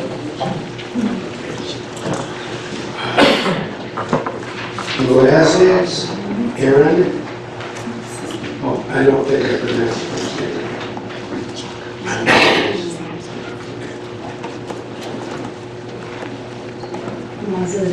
Can you hear me? A little closer. Can you hear me now? Yes. Please state your address. Moises Aaron, 110 East 15th Street, Los Angeles. I'm here to offer a very simple token item to the council. I've been attending council meetings regularly for the last several months, although I've been a resident here for 21 years, because there were social issues that looked like they were of interest to all of us. And one of the issues often touched in was the time speakers get to have their say. Sometimes there were unhappy comments about whether they got their 3 minutes or did not get their 3 minutes. And I have a box in my living room that's my giveaway box, because I come across things that looks like I don't want it anymore. I put them in that box when I get around to the other one of the thrifts. It occurred to me one night while I was looking at that, there was an item in there, very interesting, about a 3x3 little thing, and it is set to be working for only 3 minutes. And it's very high-tech. It operates with a AAA battery, and it has one button that you use to push on and nothing to push off. It shuts itself off. And it has a screen of about 1 inch by 3/4 of an inch. The writing is black, dark, very easily read. The only thing you have to do is push this button here. It doesn't jingle, it doesn't make any noise at all. It just puts itself into action. And when 3 minutes is up, it shuts itself off quietly. So I thought this might be, it is not a gift because I neither bought it nor did I make it. It came with Scrabble Games Anniversary Edition about 10 years ago. Well, in our family, we don't believe in timing ourselves when we're appearing in a game, so it has never been used. The battery that came with it is still working. But just in case, I have 2 extra. If you will take it, I will offer it. Thank you.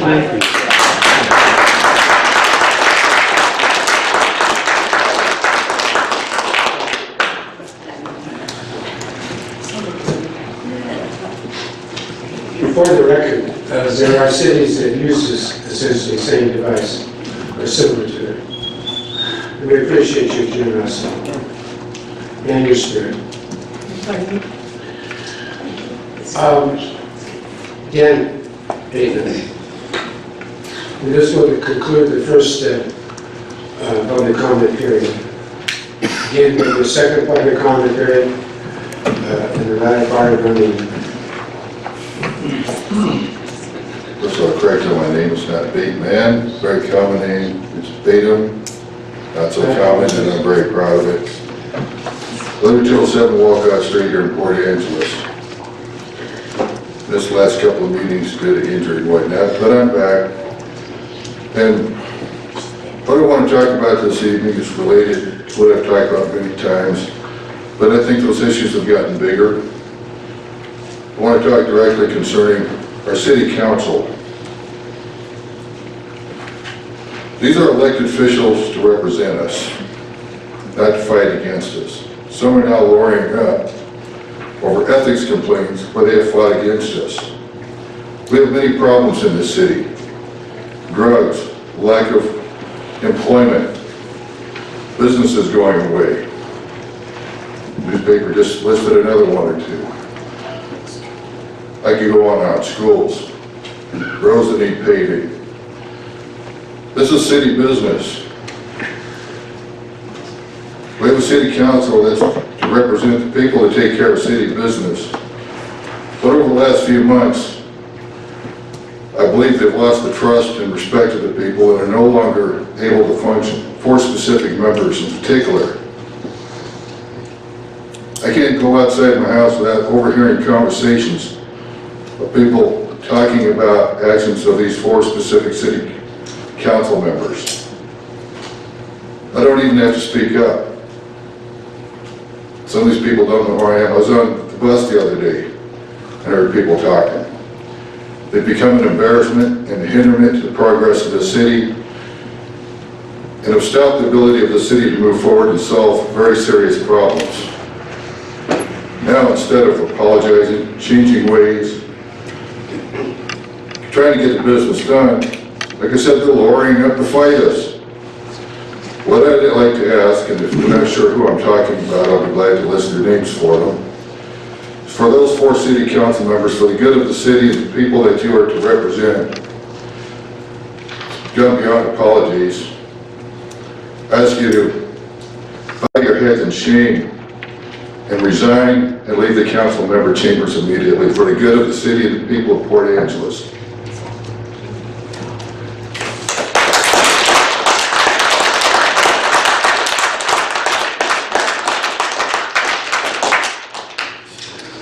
We are item E, consider agenda.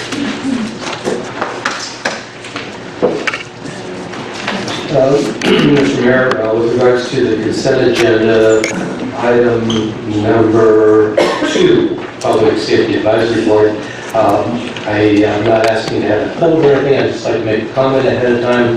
I'd like to thank all the citizens that have applied for this position, and with the help of fire and police chief, I think that it's just admirable that they're stepping forward to volunteer their time and effort for the city, and I commend all of them. Mr. Mayor, I would like to make similar comments and support those comments. The people who have applied for this position are outstanding citizens who are giving of their time and expertise. And we have many boards and commissions sometimes that go wanting for good members. So I am very grateful, and some of these have been on this commission quite some time, and they're renewing. So I'm grateful for these citizen volunteers and the quality of them. Mr. Mayor, I rise to point of order of our published agenda. We've not asked for late items to be placed on this or future agendas, please. I'm sorry. Are there late items to be placed to this on the future agenda for any council member? There's nothing from staff. I've got 2 requests, please. Okay.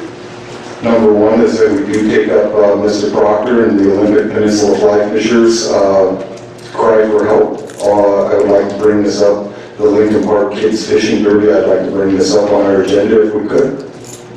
I'd like to make a motion that we bring this up on the agenda. It's fine, we will do that.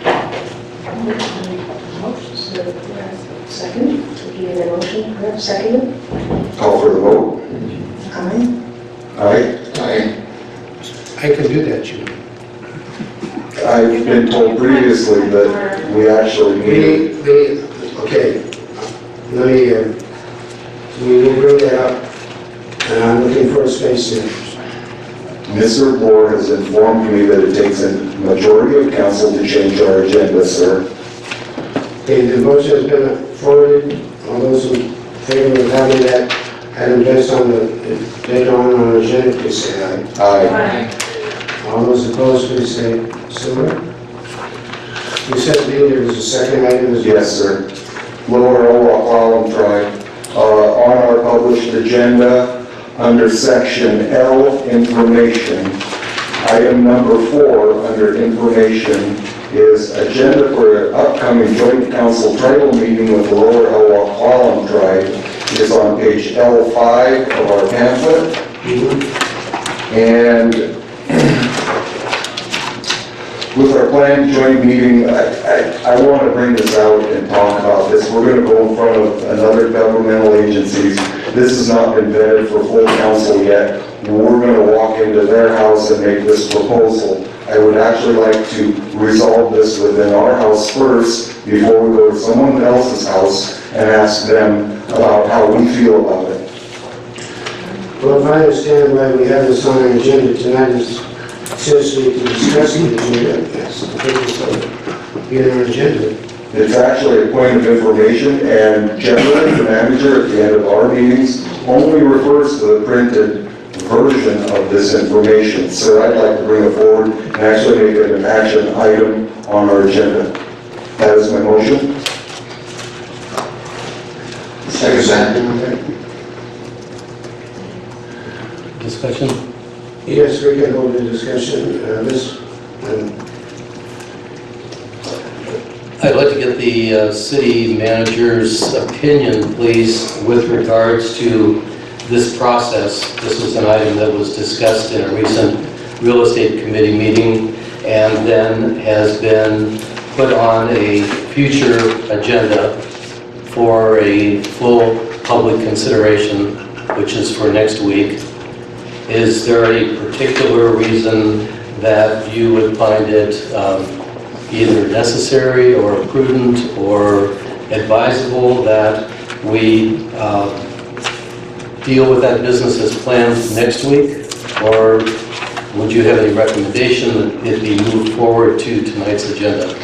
I think one option we could do, if it's the pleasure of the council, is we could put this under other considerations. We can spend some more time talking about each one of the items. But as we go through it, you'll find out a lot of these items are basically just informational items, bringing the two groups together, something that we've talked about for some time. But I do think that tonight, if it pleases the council, again, we can go ahead and put it under other considerations. And if the council would like to formally adopt this agenda or a modification of the agenda before we have the meeting, we can do that. Again, or not again, but in addition, if we were to bring that forward for a full discussion and a vote tonight, I would find that it perhaps would be disadvantage for everybody, since we don't have anything in our packet on that explains the situation, and there's no opportunity for the other council members to take any reasonable amount of time to decipher that information. I would agree to postponing this, actually, for this to go in front of for a full council review. I too attended your meeting, Mr. Gates, where you are the chairman of the Real Estate Advisory Committee. One of my actual questions I had that was taken by council that has still not been answered is, would this be conceived as a gift of public property? And I still don't know an answer to that. And until I know that answer, that's one problem of putting this all together. I believe this deserves a full council review, and at that time we are going to bring it forward after we as a council agree to take this to the lower O. Again, I think I would throw out the idea of putting this under other considerations, having a full discussion of each of the items. When I say a full discussion, a lot of these items are just informational items that will be discussed between the two jurisdictions, the two groups, and I think that by going through that, it would be much better to have a modification now of that agenda before we get to our meeting. So specifically, I'm not so much concerned about the majority of the items, but my one particular item of concern is the Carnegie Library lease. We're talking about 8 years that's still left on the Clallam County Historical Society's original lease. We're talking about getting in there, and we're talking about making a new lease. I have concerns about that. Any other council members want to discuss this before we call for the question? And I just would like to state for fairness that I work for the Lower Iowa Clallam tribe, and I will not be giving any opinion on this at all. Yes, thank you. And I would like some clarification as to specifically what we're being asked. Are we being asked just to discuss this or get information, or are we being asked to approve or disapprove a proposal that we don't even have in front of us? Yeah, please. Thank you, Mr. Gates. I think actually what we could start off with would be what came out with the Real Estate Advisory Committee. That's where I gathered all my information. The consultant that was hired by the city on the square footage, what's it worth, that's where I gleaned my information, and I believe that would help the other council members also with their decision making on whether to take this to the lower Iowa in a government-to-government sit down and exchange. I don't want to take our dirty business to somebody else's house. I'd rather resolve it here first if we could. We have before us a motion to bring this item L4 to include it as a part of our agenda tonight under other considerations.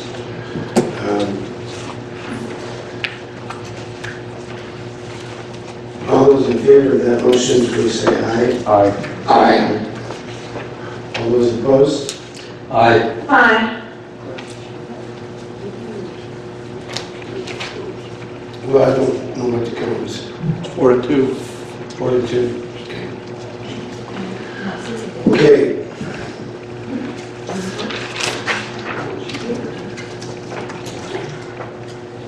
Before I read the consent agenda, I wanted to go back to Ann Murray brought up in her public comment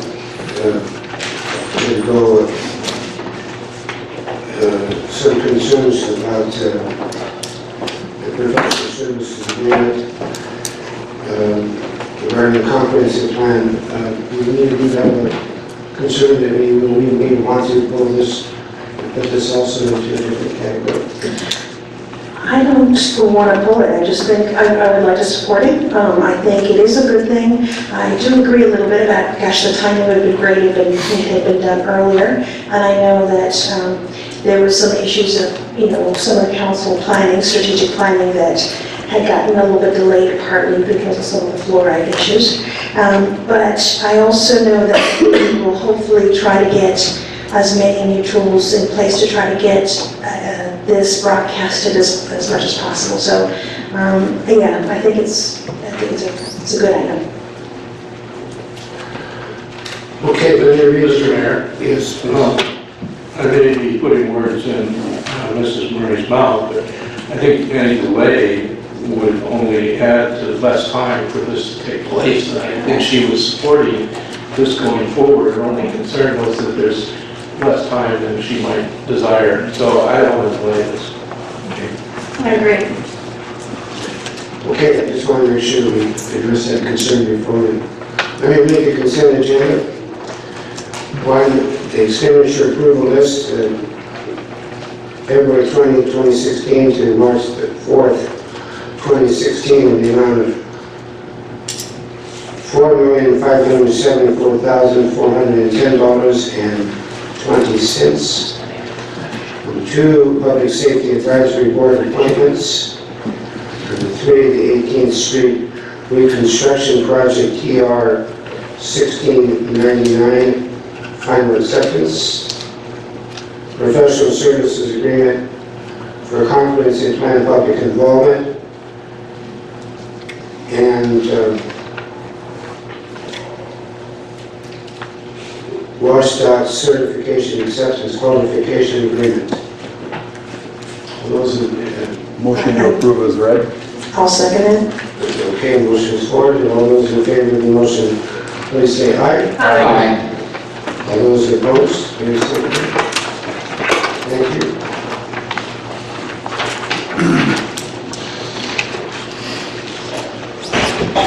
We are then under considerations. Holding agreement for potentially responsible parties. Mr. Mayor, I will be abstaining from this as it will also involves the Lower Elm Hall tribe. Okay, Mr. Proctor. Thank you. The memo that's in the packet, I hope, was adequate to explain what this is about. In connection with the harbor cleanup, there are actually two sets of laws that apply. The first set of law is the Model Toxic Cleanup Act, which is a state law that deals with the actual cleanup of the harbor. Then, in addition to that, there is a separate set of laws that are referred to as the natural resource damages. And it's also referred to as natural resource damage assessment. There is a process for that both under federal law and under state law. Because of the Rainier cleanup that started back around 2000, there is a federal natural resource damage trustee group that has been formed for Port Angeles Harbor. That group has claimed that the harbor cleanup group, that is the city, the port, Nippon, Georgia Pacific, have some liability under the federal NRD statutes. We disagree with that. We told them that we believe the federal, the statute of limitations has expired on the federal statutes. Now, that still leaves the state statutes. and they still have a NRD process under the state process too. But all we're saying is the federal statute of limitations has expired. But the tolling agreement, and of course, you can imagine that the attorneys representing the federal agencies don't necessarily agree with that. But they're getting nervous about it, and they don't want any more time to expire. In fact, they had gone to the extent of filing or writing a complaint against the city and the board and our group because they were worried that the statute of limitations would expire. Filing a complaint in federal court against us, our group, is certainly not the best way to reach a smart resolution of these issues. And in talking with all the people, initially at least, we believe there is a smart way we can probably resolve these issues. But we need some time. And the tolling agreement simply freezes everything where it is right now. So nothing changes from a legal point of view. We're simply preserving all of the defenses that we have now. The federal group is preserving all the claims that they have now. It doesn't cost us anything, and it simply gives us, the idea is it simply gives us some time to negotiate a resolution. And the goal would be to try to find a resolution that works both under MOCTA for the cleanup and under NERDA for the natural resource damages.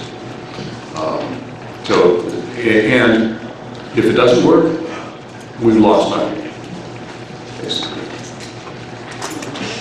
So that's before the city council for approval. I think all of the other entities, both on the federal and on the side of our group, have already signed this. Have any questions? Are there any questions from members of the council?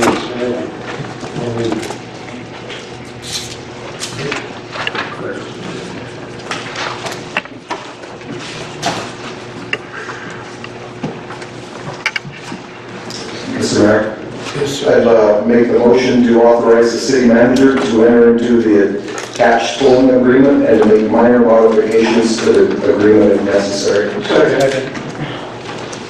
Not sure who got there first. Grant that first. Motion's been made and seconded that we move forward on this recommendation. All those in favor of this motion, please say aye. Aye. All those opposed, please sit down. And I'll abstain. Thank you. Next item on the agenda is the appointment of the Board of Ethics to review an ethics complaint which involves me in this instance, and therefore I need to excuse myself from this Mr. Mayor, I discussion. request to recuse myself. Yeah, Mr. Mayor, I request that I also be recused since we're party to another ethics violation. Okay. With that request, I'm going to ask that Mr. Greg Collins facilitate this portion of our agenda, and the three of us will. I believe that'll need a motion, sir. I don't think so. And Mr. Black, any comments on this? Hold on a minute.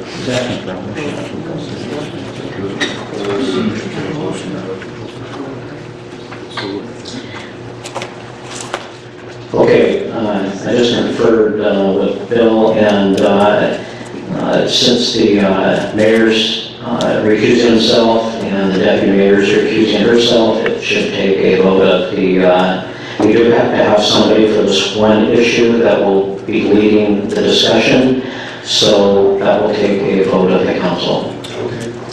And so I move that Mr. Collins take over the meeting. Second that. Motion has been made and seconded that will permit myself, Mr. Gase, and Ms. Kidd to be recused from this conversation. All in favor of the motion, please say aye. Aye. On this motion? Opposed, again? Abstain. Abstain. Okay.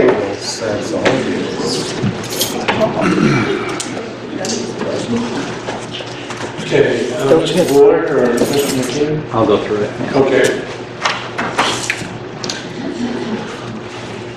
Okay, council, on March 1st, the city did receive a complaint against a council member, and as directed by Chapter 2.78 of the Port Angeles Municipal Code, the city clerk forwarded the complaint to the city attorney, to myself, and the full council. This is the third complaint within approximately the last month. So here are the next steps. Number one, the council needs to choose 3 members from a pool of pre-approved applicants to make up the Board of Ethics to review the complaint. The board must be chosen by a supermajority vote. That would be 3 of you. Or is that all 4? 4. That's all 4. By all of you. Okay. You may also choose one of the existing boards that you have previously seated. And since there are only 7 pre-approved applicants, and this is the third complaint, there will be overlap no matter how you do this. Then you need to forward the complaint to the Board of Ethics to investigate and make recommendations for disposition to the council. The board's findings, again, will be forwarded to the full council. And the selection process, and I know we've gone through this before, but I'll just quickly walk through it again, that the composition of the 3-member board is to be made up of 1 member who is a former judicial officer or who has expertise in ethics acquired through education and experience. 1 member shall have experience in municipal government, and the 3rd member may be of any of the pre-approved applicants. Staff recommends each council member rank your top 3 choices if that's how you choose to go. Rank all of your top 3 choices within each of these 3 categories and state your choices for the record.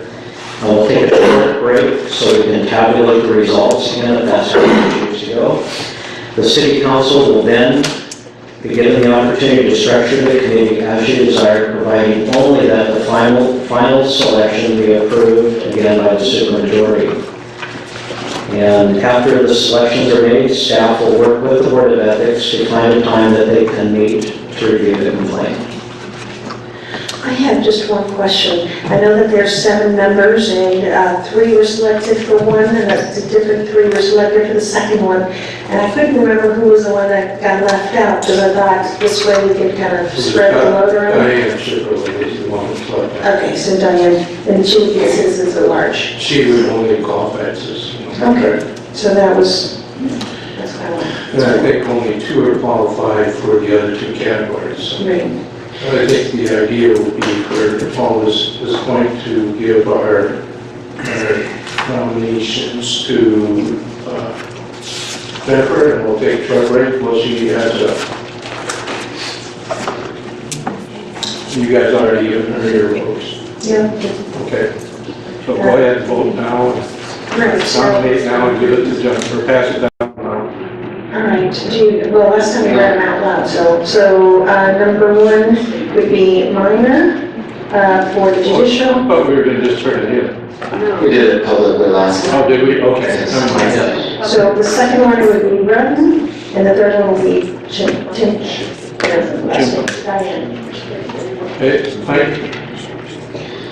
First one's Williams, municipal's Rutton, citizen at large is Minor.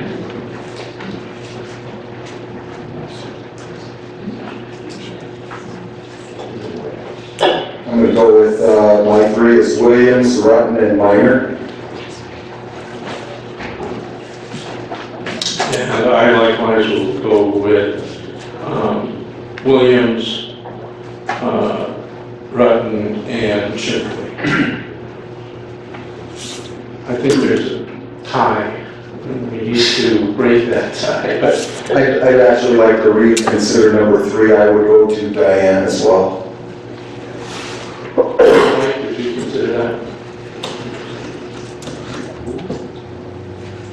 I'll agree with that person. Fresh insight, yes. Okay, I think the first one was Williams. Did you vote for Williams? I voted Williams, Rutten, and then I'll go with the... I think the three of us voted for Williams, Rutten, And I'll happily go with Williams. Okay. So I think you have 4 votes for all 3. Jennifer, can you just read each one, see what we have in there? Just kind of start and just go through and make sure that it's everybody's choice. Time to follow the rules. Sure. Councilmember Brooks originally was Minor, Rutten, and Shimperly. I believe you have amended that to Williams, Rutten, and Shimperly. Yes. Thank you. Councilmember Meredith, Williams, Rutten, originally Minor for the citizen at large. You've amended that to Shimperly. Yes. Thank you. Councilmember Whedon, Williams, Rutten. The third position was originally Minor. You've amended that to Shimperly. Yes. Thank you. Councilmember Collins, Williams, Rutten, Shimperly. Yes. Okay, so overall, we have Williams, Rutten, and Shimperly. Okay, I think that concludes. Do you need a motion at all or not? Yeah, you probably should have Yes. one. So, Okay. I move that we roll those folks into this ethics committee. Second that. It's been moved and seconded. All in favor, say aye. Aye. Opposed?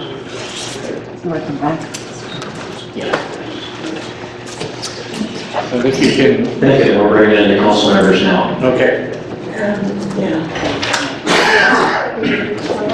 I think they're in the back room.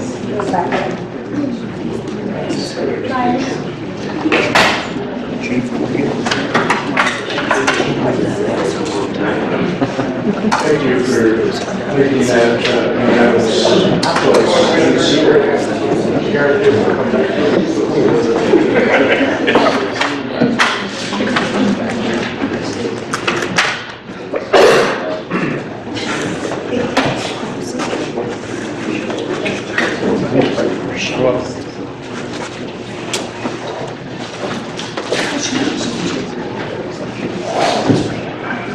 Mr. Mayor, I can report that all is voted for Williams, Rutten, and Shimperly as the committee board of ethics. Williams again and Rutten and Shimperly.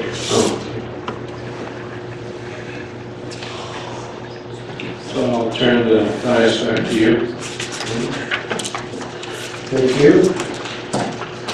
Okay, under other considerations, we added the kids' fishing derby in response to the public comment brought to our attention this evening.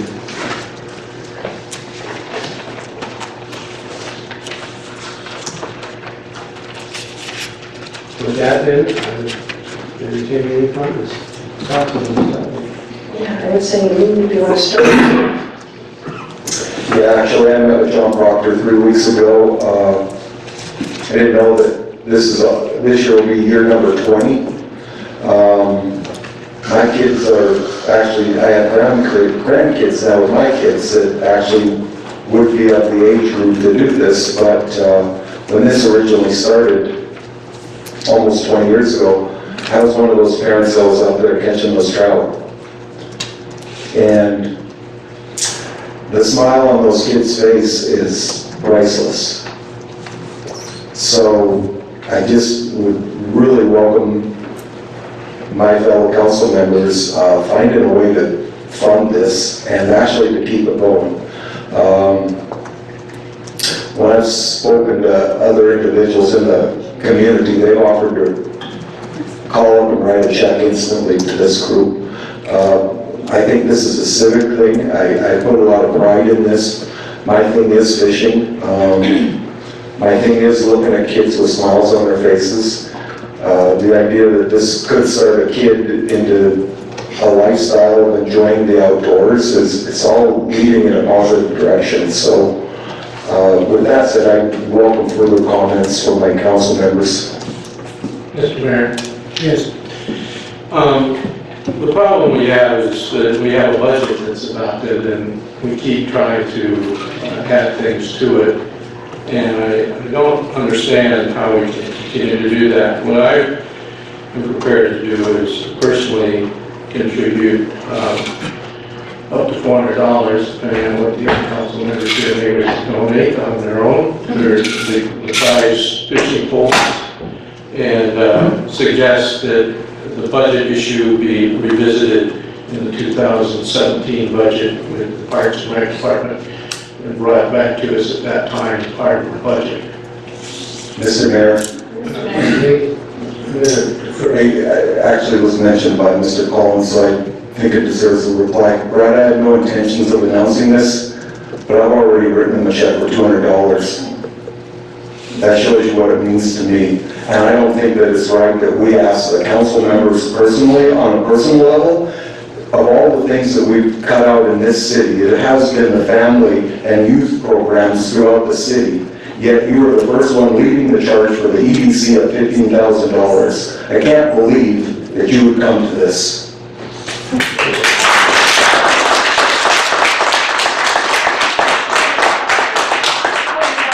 Their personal insults are totally against council procedures. All right, I'm grateful that we have such a wonderful organization that supports kids fishing, and it's marvelous. We're a fishing community. We've always been a fishing community. But I concur with Councilmember Collins. We have a budget that for this year we have to work within it. It's a worthwhile cause. I'm willing to, our family is willing to donate $100 or come up with donations, but I think what we need to do is look at solutions, and going back to an adopted budget isn't always a solution. This community, I believe, will support this. This is not an expensive event. I'm personally going to contact Mr. Proctor and see if I can help find some other donors that we can get the community behind this. But our family will be happy to make the donation, and thank you for other people who are willing to donate. So, and I would like to discuss it for our future budget and just take a look at it again, absolutely. But in the meantime, there's so many options for funding. It's basically a low-cost project, and I would love to have the opportunity to help them fundraise for this, because I think we can have tremendous results in our community. So I also agree that this is a great cause. I would like to ask Corey if you could share just a couple thoughts. I know that you've had to let these folks know that the funding is not available.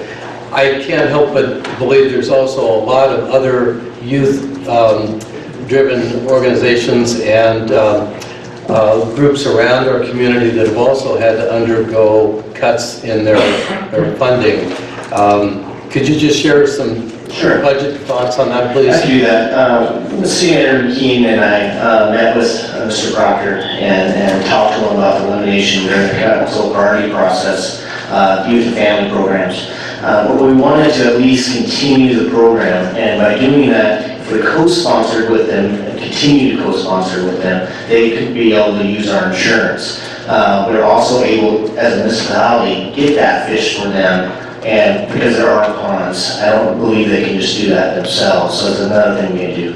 We also told them that we could let them continue to use the Loomis building that they use out there for free. Any tables, chairs, materials that we've used in the past, we'd be more than happy to help out. So we will continue to support the Kids Derby any way we can, except for monetarily. And I will say that we did give $400 for the fishing rods. The other $300 were for Santa cans that hardly get used. They even admitted that because the restrooms are right next to the Loomis building anyways. They just have to walk to them a little bit. And they even agreed to that in our meeting. So it was really boils down to the $400. Okay. I'll go back to where I was at on this, and that is that, like Councilmember Whitman, I've been a fisherman all my life, and even when I was 2 years old. So I've been doing this a long time, and I think the proper way to look at this is a long-term solution if it's going to be a budget question and not a short-term budget decision tonight. But I'd like to move ahead, and so I will reiterate that I will donate $400 to the process. Mr. Aaron? Yes, Mike, I think you're first.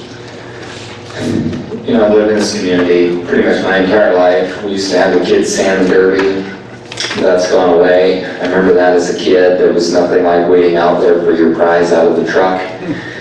It's, by far was a lot better than what the fishing is out there at the Lincoln Park Ponds. But, you know, I support that program. At the same time, I also ask that this is not the place to challenge other council members to support the I apologize.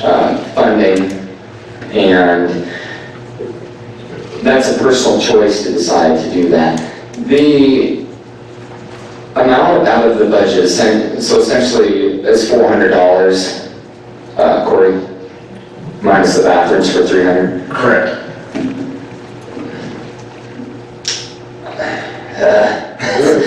Let's see, we muddle through this at the moment, and then the money needs to be restored for that. A lot of our youth are constantly at arms because they don't have the funding, they don't have places to go, they don't have things to do.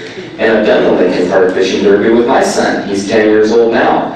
And to see those kids there running around and the dads and moms out there helping, it's, you can't buy that anywhere.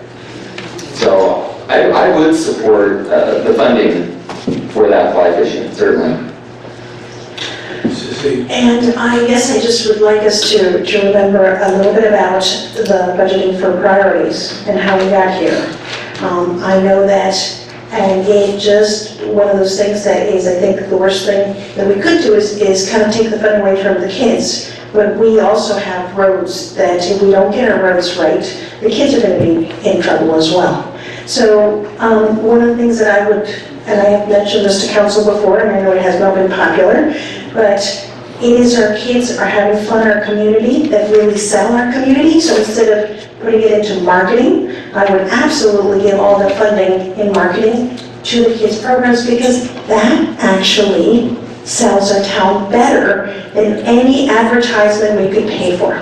That is the advertising. So as you know, I think we do need to relook at this issue. And how much money do we spend on marketing?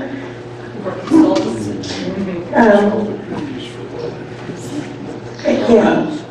I don't have an exact dollar, but most of our marketing funds are through the lodging tax dollars and restricted funds. Right. So, but even so, we spend some of our monies, and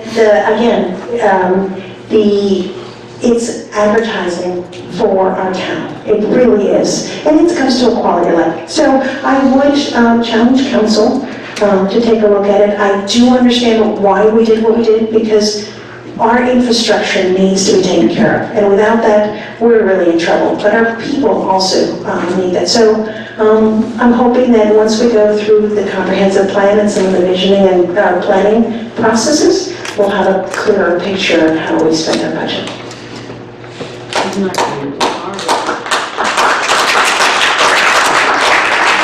I just want to remind all the council members here tonight that we all received this email, close to a month ago. I did take the time to meet with Mr. Proctor and his group, a couple of the officers of his group.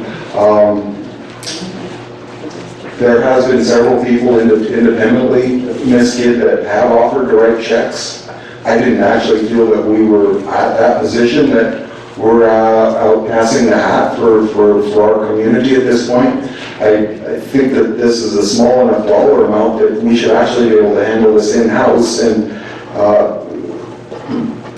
Manager McKean, I'd actually look for you for any type of insights of actually how this could be funded. Would this be necessary to come before council again, or is this something that can be identified this evening as a funding source?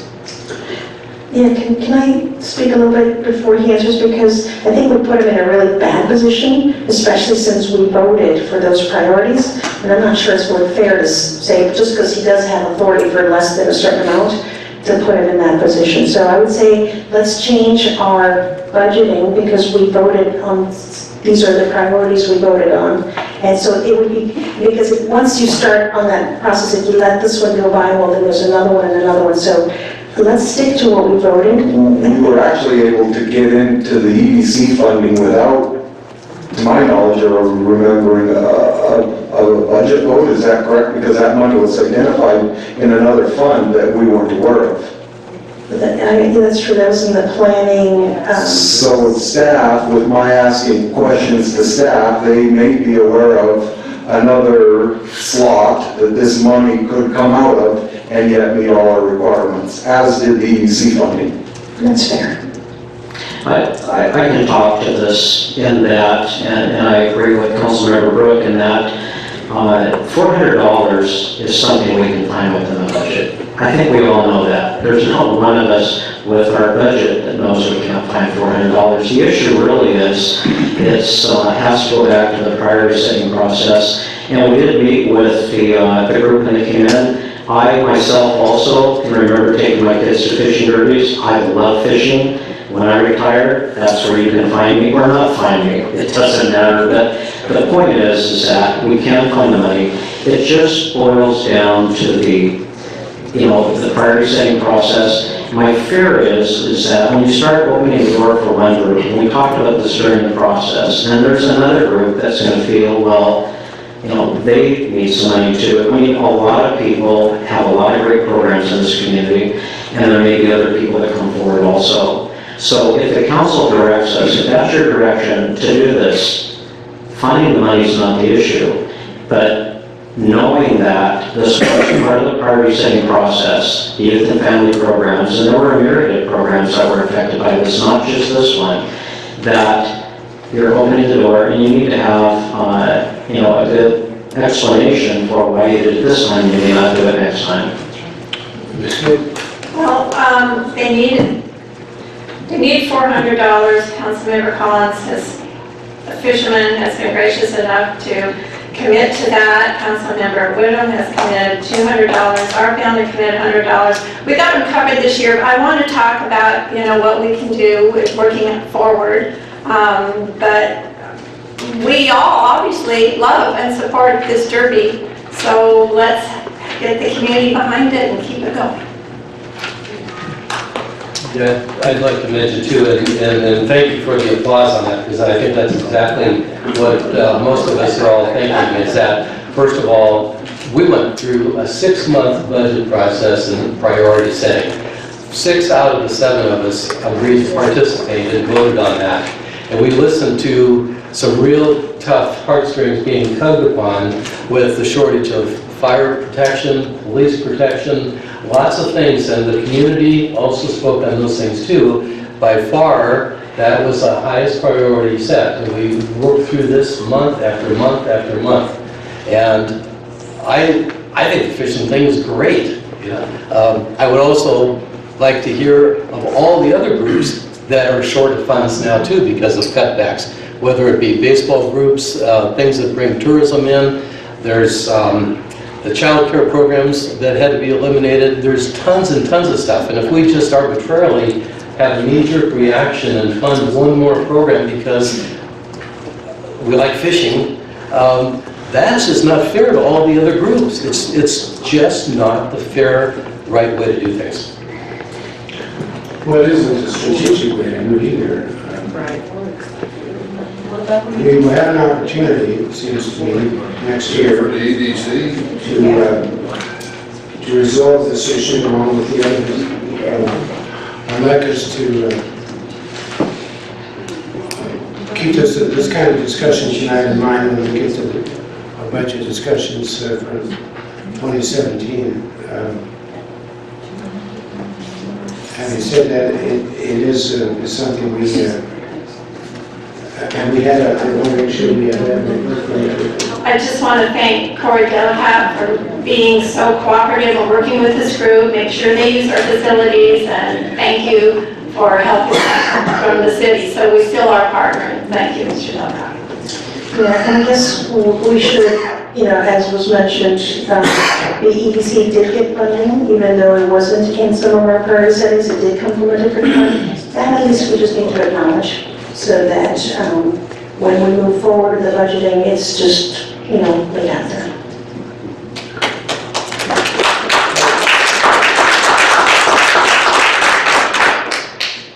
Lee, you feel all right with where we are? Actually, no. The idea behind this was getting community support. I could have actually led the charge myself and collected that money in probably a couple hours. But I felt that this was a city obligation to its residents. We've all talked about how our community benefits from it. It is only $400. Our city manager assured us that this would not be a new budget adoption requirement. It's not finding $15,000 in an account that we generally aren't aware of that's available to us. I just see that this is a community building event that $400 is nothing. And having said that, sir, I'll make the motion to fund the kids' fishing derby in the amount of $400. You are in effect asking that they, let me have a second on this. I'll second that. So if I understand what you're asking is that we, similar to what we've done in recent past, ask of the staff to identify $400 out of our current budget to fund the city. City staff, according to what I remembered Mr. McKean just saying, is he assured us that $400 could be found within the budget without a budget adoption being necessary, requiring a supermajority of council members. And that requires a supermajority. It does require a supermajority. If we get a budget adoption, he just said we do not need a budget adoption for this amount of money. Councilmember Lynn is correct. I mean, $400, even if we have to reprioritize something, it's such a small amount that we could find it if we need to. And I'd actually, and we move things around quite often based on things that come up. I mean, we have equipment that breaks that costs a lot more than that. I'd actually ask, I appreciate your efforts, both Councilwoman Kidd and Councilwoman Collins, of personal funding. But again, I see this as a community thing. I'd ask that you withdraw your money. I had no intentions of talking about my personal giving to this group. I had no intentions, but Mr. Collins, you kind of called me out on it. So for the record, I want to make sure that that is a fact. I'm not seeking individual donors on this. I'm seeking a city council action in support of our kids for $400. Motion has been made and seconded that we discover $400. Mr. Mayor. More discussion. I just wanted to say, I appreciate that Mr. Whitman's been sort of dogged on this, and I'm glad that he has. But I want to speak against his motion. It's kind of not my financial interest to do so, but I feel compelled to support the priority budgeting process, which we're about to start again for 2017, not too distant future. And that's why I feel strongly that I wish to address their issue separately this year by my own personal contributions. Yeah, again, I'd like to remind us all that we went through a long, tedious process. And it is such I believe, a terrible precedent to start setting it just because I might, in two meetings from now or 3 meetings from now, decide to have a real heart-tugging reason to donate money to the baseball group, the Babe Ruth or whatever. And then the next group is going to come, and we're always going to have that compelling reason to help our kids. We want to help our kids. But that's not our job necessarily. Our job is to fund public safety, roads, things of that nature. So we're being asked to decide something that's totally contrary to what we worked on for 6 months. And of course, if we don't, publications can very well blanket and say, Gates voted against kids. Well, you know, it's a setup. And as much as I like that organization, I think they're great. I think it is just a very, very dangerous precedent to start going down that route. And I would like to see What I'd like to say is that we had this precedent set when we were voting for the EDC, and we found the money somewhere else. As much as I don't want to go against our priority setting, we've already gone down that road because we found the money for EDC. And this is a whole lot less, and like I said, I don't like going against the priorities that we set. But this council voted 4-3 to go ahead and support the EDC for money, from a different pot of money. And like I said, this is a whole lot less, and it's not, like I said, I do not want to go against the priority setting. But in this one, I'm going to have to support that because we've already done it. And if we can do it for the EDC, I'm afraid that now we're going to have to be able to do it for something else. So my question would be, are we now officially encouraging every organization in town to come in? I'm going to say Or does it that. have to be one of our pet organizations? No, actually, it started with the EDC. This council, we had originally stated that we were not going to fund outside agencies. And we broke that. So basically, the dam in that respect was broken. And we're not going to go ahead and fund them. This is going to be internally. They found the money elsewhere. We can find the money elsewhere for this one. I would love to say, guys, we really should not be doing this because it's not in our priority. We really need to do this budgeting following our priority settings. But I cannot stand here and say, well, council has agreed to go ahead and vote and give money to the EDC and then not give it to our kids when it's only $400. So as much as I hate to vote against our priority setting, on this one I'm going to have to support it.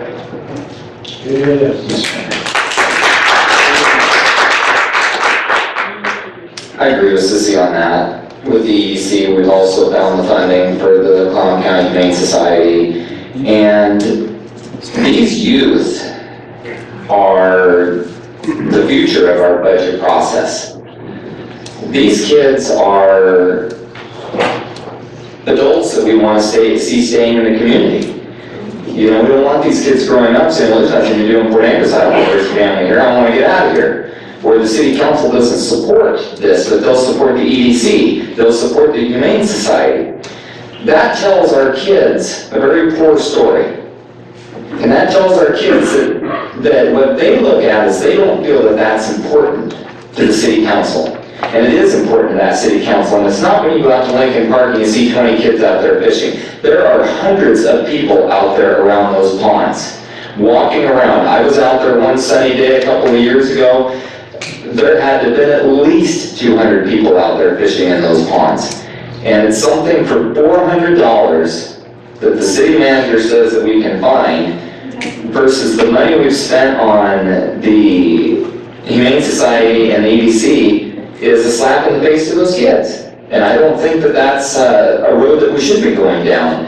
And I realize that we got to stop the slope somewhere, but if we can find $400 somewhere in the budget to pay for this for our kids and to show our kids that we do care as a council and that they are important to us and show that those parents that they're important to us, we're going to be better as a city in the long run than we are to just poo-poo this down the road. This has to be something that we stand up for, in my belief, and show that these kids matter and these families matter.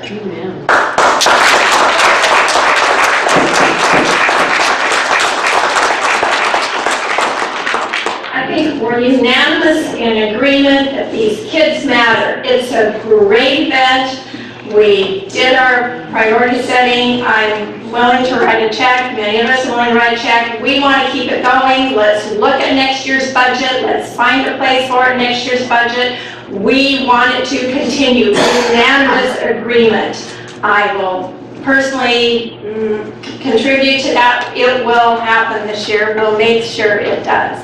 I just want, we have to sit, if we do priority setting, we need to stick to it, but we had unanimous agreement, this is good for our town, we are supporting it.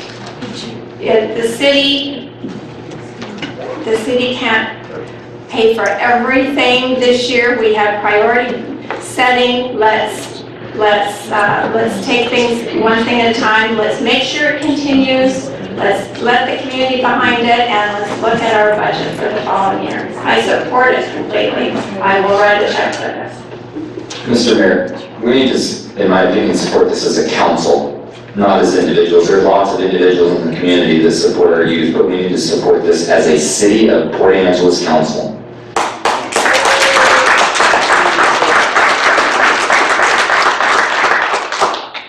Anybody else? Mr. Giss.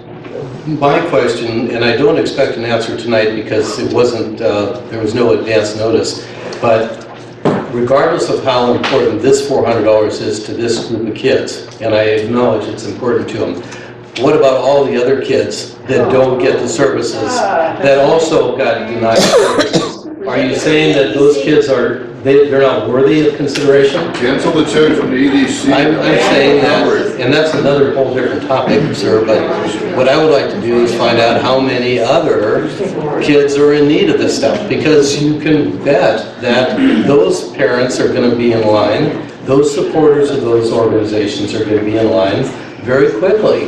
So deny everybody. Because we went through a 6-month process and we voted on all this. And the priority was very clear. And I'd like to add, yes, it was very, very clear, but we made an exception for the EDC. And we found the funding elsewhere. And so, like I said, I was the first one to say, let's not go down this road. Let's keep to our priority setting, but we didn't keep to our priority setting for that. And so, on this one, like I said, it's one of those things that this is the right way to go, stick to our priorities, but for this one, I can't. This is our families. We've had a robust discussion. One more time, I'm going to ask a final comment before we call for the question. This is not a class of people designation. This is simply kids. And it's not poor, it's not rich. If you go out there, I'm sure there are kids from all economic groups out there enjoying themselves. And that this is something that we can show all the kids, poor, rich, or anywhere in between, that we support this. Motion's been made and seconded that we try to identify $400 out of our budget. All those in favor of the motion, please say aye. Aye. All those opposed, please say Regrettably, I. Show of hands, please. So all those in favor of the motion, please show by hand. Thank you.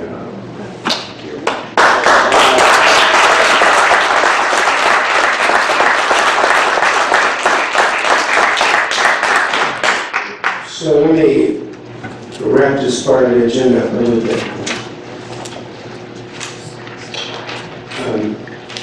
I think we had one more item that was to discuss the agenda. Just want to remind the council members that this discussion we had tonight when we get to our budget discussions. And I'm quite certain, where's Mr. Proctor? Mr. Proctor here? They've left already. Any member of that committee here with us? They're all left. That's kind of ironic, isn't it? All of those of you who have been participating in this discussion, on this side of the dais and in the audience, I'm sure that Mr. Proctor and his team could use every dollar they could find. Item number I-4 is the joint council meeting with the City Council and the Lower Elwha Tribal Council. That has been brought to be put on other considerations. I'm going to invite, as we begin this consideration, I'm going to invite Mr. Dan Gates, who's the committee chair, if you would care to provide a brief review of the committee, the real estate committee. If you'd like to take a moment to share with us some comments on this, I also... No, I'd be happy to do that, but I would actually like to refer to Councilmember Witham, since this was his topic. No, I know what he's looking for. Somewhere in this discussion, I really think it's important that we... but I would also make further, before we go any further, just make clear a couple of concerns and some factual. The legal counsel that sits in on the real estate committee is not here with us. It's going to be difficult, I fear, that we don't have all the information before us. We don't have a packet of information that we, with that stated, some concerns I have about this whole discussion, especially those that are not on the real estate committee. But with that said, Lee, what is it you're hoping we can get done here tonight? And actually, before we start the discussion, I would just like to, for fairness and ethics, I work for the Lower Clallam tribe, and therefore I will not be participating in this discussion. So, again... I'm not sure I understand why you participate in this discussion. We're not voting on any action. Well, I guess partly because this is going to be a decision that council makes, and what I have to say about it is because of my job knowledge about the real estate, and so it would be influencing for the benefit of my employer. So actually, it involves an action agenda item at our following meeting, which would be is it next week or the week after? Next Wednesday. It's next week, and maybe to kind of get some side words around the issue, if you could bear with me for a minute. I know we're going to be focusing on, it sounds like the Carnegie Library lease, but there are 4 items on the agenda for the upcoming meeting with the Lower tribe. And it's going to be, I can't remember the last time that the tribal council met with the city council and went over issues, and we're looking forward to that. And we have the mural project update, which is that's one of 4 items, and that's an update by the Lower tribe, and it's just informational. And I'll skip number 2. The third one is primarily by the Lower tribe, and they want to share with the city some of their economic development efforts, and it's we're not sure exactly what's going to be discussed. I think part of it is kind of their vision, what they see, and it should be a very exciting discussion, kind of centering around, again, economic development, so we're looking forward to that. And we'll probably share some information about what's going on in the city also, but they did bring up that topic. The fourth one is the combined efforts on the Elwha Dam removal and the restoration of that area, but more importantly, dealing with the Elwha water facilities. And we know that there are some impacts to our water, industrial water customer, which also includes the Lower Elwha tribe. And also there are some concerns about our municipal water supply too with the dam removal. One of the things that I would say that has gone very well is that the tribe and the city are working together to try to work with the National Park Service to mitigate those impacts, either financial or structural or whatever. But by partnering with the Lower Elwha tribe, I feel that's going to make us more successful in our discussions with the National Park Service. And it's going to be a difficult negotiation, so they've been very good to work with on that issue, and we're just going to update both the councils on those efforts. So again, those 3 items are informational items, and we're excited to talk about that. We might even, towards the end of the meeting, talk about some future topics that we both have interest in to discuss jointly. So again, I think that's I'm not going to call it historic, but I think it's really a move in a very positive direction and working collaboratively with the tribe and building that relationship, which I think is very important with the tribe. The Carnegie Library lease, I apologize, I was not here. I was off the day that we had that meeting. Normally I would attend that, so I was not present during the discussion. I can't, talk about that, so I'll have to rely on those that were there for that. What I will say is that if there is not a desire, if there's going to be an issue with that now would be the time to pull it from the agenda and work through that prior to discussing it with the tribe.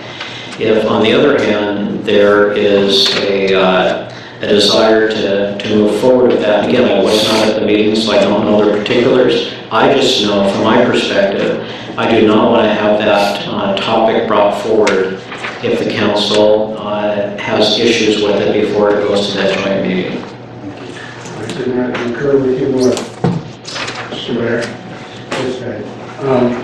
it's my understanding that there will be no action items on this agenda. Is that a mistake on my part? I'm sorry, didn't catch I said, it's my understanding that we would not, as a city council, be taking any action on any of the items on the agenda.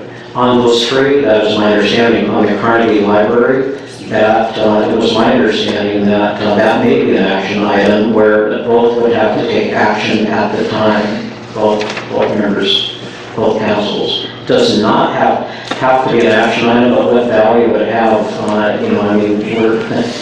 If there are issues with it, we need to work that out between administrations before it goes to council. Well, how would we take an action on it if we haven't even discussed it at city council? Again, I was not part of those discussions. I don't know what happened at the real estate committee, but I would concur with Councilman Whitlam that it would be inappropriate to have it on the agenda if you're intending to have an action before it's discussed by city council. Sorry. And again, even if there weren't action items, there's really not a lot to discuss if there's not some kind of direction on what's happening with that. So it's unfortunate Director West is not here today. He was at those discussions, and I believe our Heidi Greenwood, one of our attorneys, was also at that discussion, so Bill was not there either. So we're at a little bit of disadvantage on this side. But even having it as a discussion item, without knowing where we're at and what direction we're taking, there's really not even a lot to discuss at this point. We have things we need to work through. So, Mr. Wenham, what would you? Mr. McKean, then, is it a staff's opinion then that this will be pulled until it appears before council? Go ahead again. Does staff concur that this needs to be pulled from the LEKT joint council meeting until this has been resolved at council level, or do I need to plead my case and make a motion, sir? Well, again, I was at a disadvantage. I don't even know what occurred at the real estate committee meeting. No action was taken, I can report that, other than an active discussion. I guess maybe I know no action was taken. You cannot take action.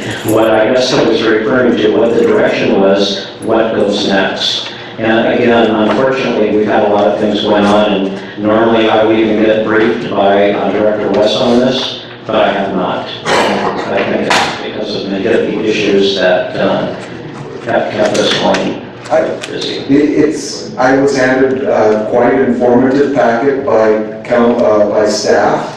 I have several concerns. I've only stated one, that I did ask to legal advice during our real estate advisory meeting about the appearance of gift of public property. That, again, has not been answered. I have other concerns, as well as concerns that there could be other governmental agencies or nonprofits that also could be viably looked at for taking over this lease proposal from the Clallam County Historical Museum. what we're looking at, folks, is about 1,800 square feet in downtown, and we're looking at giving it to somebody for $1 a month. So I just feel that it's very important that this comes through a public vetting process. And that's what I'm standing up here for, and trying to maintain that this comes again, not only in front of all of us, but in front of you. So that's my hope here. And having said that, then it sounds to me like what I need to do is to make a motion to pull number 2 from the joint council meeting. I need to pull number 2, Carnegie Library lease, until this has been fully vetted through council actions. That is my motion. Second. Discussion. And request. Yeah, I really look forward to just giving people a briefing, since a lot of folks weren't at that meeting. It was a meeting that took place, the real estate committee meeting, we could go last Monday. Director Nathan West was there, Attorney Heidi Greenwood, I'm sorry. Councilmember Witham, the mayor, myself, a member from the representative from the Lower Clallam tribe, and a representative from the Historical Society. And the gist of the discussion is surrounding the fact that the Historical Society has a lease with the city for the Carnegie building. They've had that lease for $1 a month for 12 years now. And they have 8 more years remaining on their lease, which was all done completely above board and full. There's nothing wrong with it. It's a very common type situation. But regardless, that was 12 years ago. So now there's been some financial concerns on the part of the Historical Society, and they have come with the tribe with a presentation for us. And after about an hour and a half of discussion on that, I think you'd agree 100%, we left with questions for legal. There was nothing out of the ordinary. One of the questions was to the legal department, can we absolutely get verification that if we would go down this path, then that would not be considered gifting of public funds. And you do have to look at all the circumstances surrounding this. You can't pick and choose little details out of it, because that clouds the complete issue. And the other question was, that was the main one. I think that was the question that was focused all around. And we have not gotten a response on that. So hence, I was not surprised when we did not see a complete packet in tonight's agenda for us to deliberate. Well, I think based on the discussion, to make it easier on the council, quite frankly, and staff both, I think we should just pull number 2, and then we'll take the 3 informational items and then focus on some other items, including the Carnegie Library, to bring up in the future. And that would be the more appropriate thing to do under the circumstances. Like I said, I wasn't there at the meeting, but I have a few questions after tonight's discussion too. So I would concur with that. I think it would be great. The thing that's important to me is that the entire council and the public have the full packet before things are good on that path anymore. And I think that was the intent of the whole group right from the beginning. Would it be necessary at this point to withdraw my motion? I'll just pull it. I'm just going to pull number 2. Thank you. I withdraw. I don't need to withdraw. Do I, Mr. Floor? You need to withdraw. No, I don't think you do. It's obviously the rules are pretty moot issue. Well, it's not a matter about being moot. It's a matter of being withdrawn by action of the city manager. And so now the motion's moot, whether you want to vote on it, that's fine. But the action's already been stated by Mr. McKean. Thank you. I shall abandon.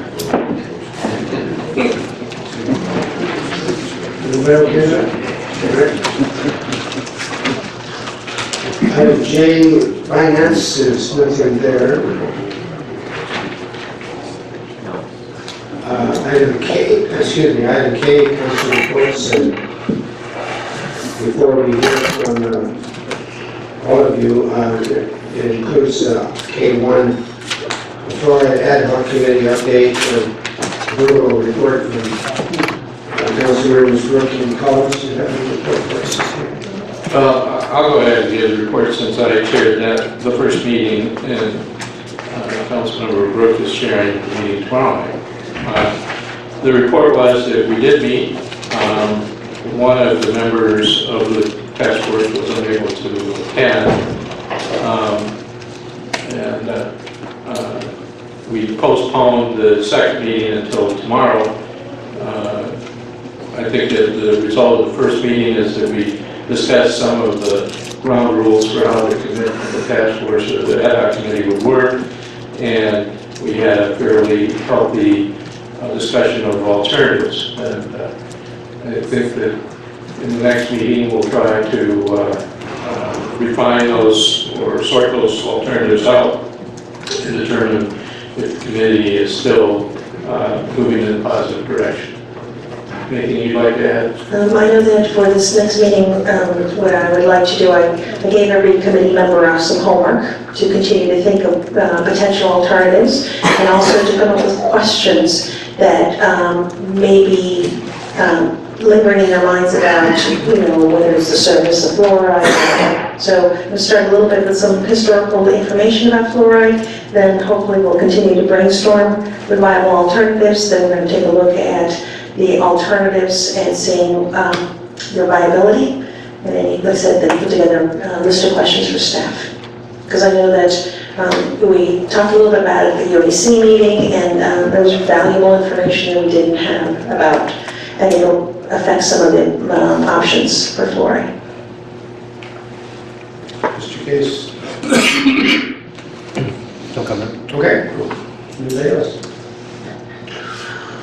Thank you for those of you who are participating, and to those in the public. Special appreciation for their willingness to listen.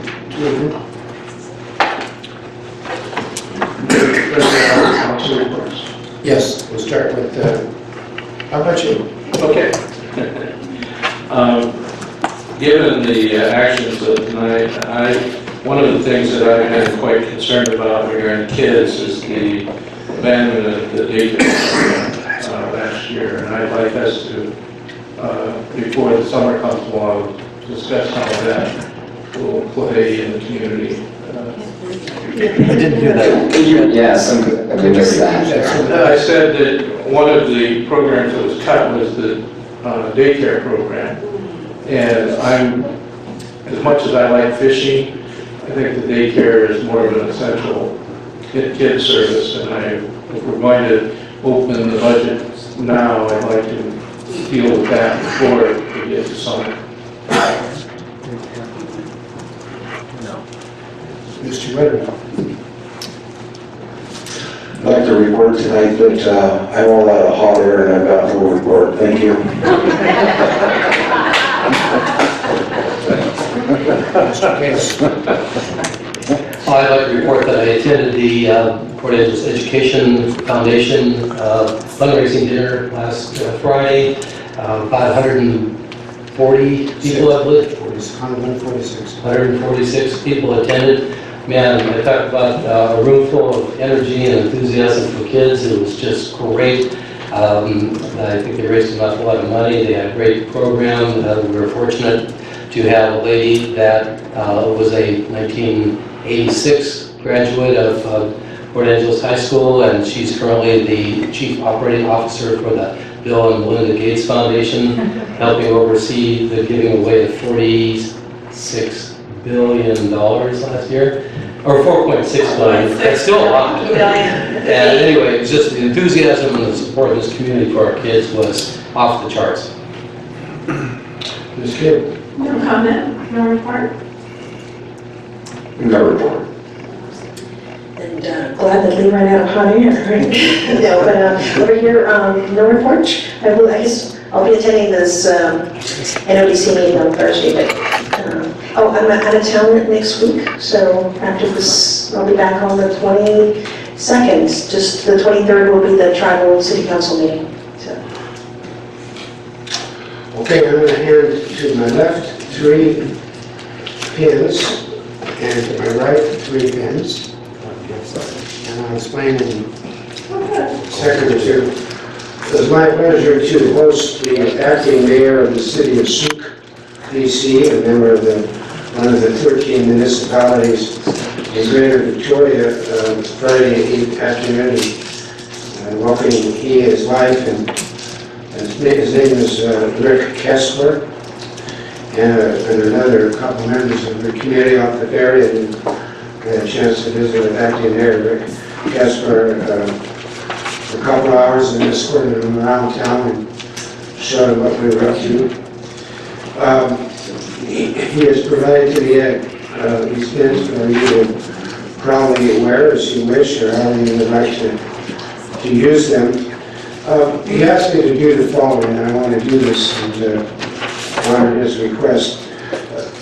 There are 13 municipalities in Greater Victoria, and there are those who presume, including yours truly, for many years that though there's been this discussion of sewer treatment that has been a very controversial topic in our region. Of the 13 municipalities, there are in fact 4, one of which being the city of Souk, city of Sydney, Central Saanich, and North Saanich municipalities, all 4. And in the case of Souk, for 15 years, they have their own sewer treatment. I think they are becoming tired of getting painted with a broad brush, and would have us be aware, particularly acting mayor Rick Kessler, to have us be aware and sensitive to the fact that they have stepped to the table. They have been appropriately, in every way, treating their affluent. And so we should, when any of us go to one of those municipalities, Souk, North and Central Saanich and Sydney, be aware that these are communities over there that have taken some responsibility, and he would have us be appreciative of that. He was hoping, they are hoping to build a relationship with our city. I was pleased to be able to, along with, earlier in the week, met with officials from the city of Esquimalt, including the organizer of the Esquimalt Rib Fest, which again drew about 30,000 people last year during their event. Again, asking for us to be aware, along with the mayor, that they are anxious to continue to build, as I refer to them as bridges of friendship and understanding. So these pins are... Are you looking for another volunteer for the judging of the rib fest? Well, they did ask me to be a judge, but I'm going to have to be. You were a judge last year, you could be, but maybe we should accord that opportunity to one of the rest of our seatmates up here. We'll have to fight that out, I guess, a little bit later on. I think it should go to someone else. So I'll probably would want to have that happen too. Lastly, I did have a chance to join with Councilmember Gase and Deputy Mayor Kidd at the Port Angeles Education Foundation banquet. It was a delight to be there. I also had a chance to, with Councilmember Collins, attend the annual employee recognition event for the Clallam Transit District. That was a fine affair. It was. And that's about it. Mr. Turner, I forgot to mention to council 2 things. We had all-day meeting just about with the folks from 7th Generation. It's a nonprofit company that does all those, they look over a city and look for sustainability practices. They look also for efficiencies, and so they're going to hopefully give us a little bit of report and ideas on how we can continue with that way. And I also spoke today with Elizabeth Wilmot, and she's going to look to see whether we can try to see how we can measure our carbon footprint, so we can decide how much we're using, how much we're, moving to. And so as soon as we get to that proposal, the first one is free to the city. The second one, there'll probably be a cost, and we can, bring it up to see whether that's doing. But I'm also working with them in combination with the tribe to see if we can find some savings, because if they do the carbon footprint for the tribe, it'll be cheaper for the city and vice versa. And so, anyway, just thought I'd pass that on. Okay, under item agenda L, information city manager, we have some stuff to share with us. Well, I just have a couple quick items for the council. There is an update on Indigenous Peoples Day, and one of your Councilmember Collins has been putting a lot of time into this with the tribes, and you can read that, and if Brad wants to get a quick update, you can do that too. But also in your packet is the memo related to the Police Department 2015 year-end update. And a lot of time went into that report, but more importantly, there was a lot of time that went into that year that that report highlights. And I would like to bring your attention that the police department again beat the fire department in getting their annual report out sooner, but I won't describe what was in the note that just came from the fire department. But there is competition back there, but it's a great report, and I would go online. It tells you how to get to it, and the public can go online and get information from that report, and they've been really busy. The other thing that I have is just to go over the action items for tonight. We will notify the fishing club. The director, Delicott, will notify them of the council action tonight. I have a feeling that Mike found out before we get a hold of them, but we will do that tomorrow. And also, I will amend the agenda for the joint meeting coming up with the tribe, and contact the tribe and let them know, and I'll take care of that tomorrow also. So with that, unless there's something else that the council had for action items, that's what I'll be taking care of. No, but I was saying, I did have a question. Did you guys come up at all with a date for the Indigenous? No, we came up with the process. What we're going to be doing is meeting with representatives from each of the tribal councils. We haven't had a meeting with Macabre, but I believe they're interested in participating in the meeting of the tribes in the city to see what's the best thing to do. We've gotten a lot of good suggestions in our meetings, so it's all positive. I know that Nathan is not here tonight to represent part of the reports, but I would want to call to the attention to all the council members and to the public in general that we're off to a very good start for 2016 in the way of new construction, commercial construction. Building permits are up. Value of those building permits is up substantially. I know that there is some bad news in the paper regarding one of our grocery stores meeting. But it's not all doom and gloom. There are people who want to move here. There are people who are bringing commercial enterprises to this community, and have to be aware that it's not all cloudy skies out there. There's a few rainbows. Okay, we have reached that second public comment period. There are a couple of names that are on additional subjects that you were perhaps not available to hear at the beginning of our meeting. We're not able to sign that first sheet. So I'm going to open up this second public comment period asking first Anna Campbell and secondly Jim Roger have the opportunity to speak first. So,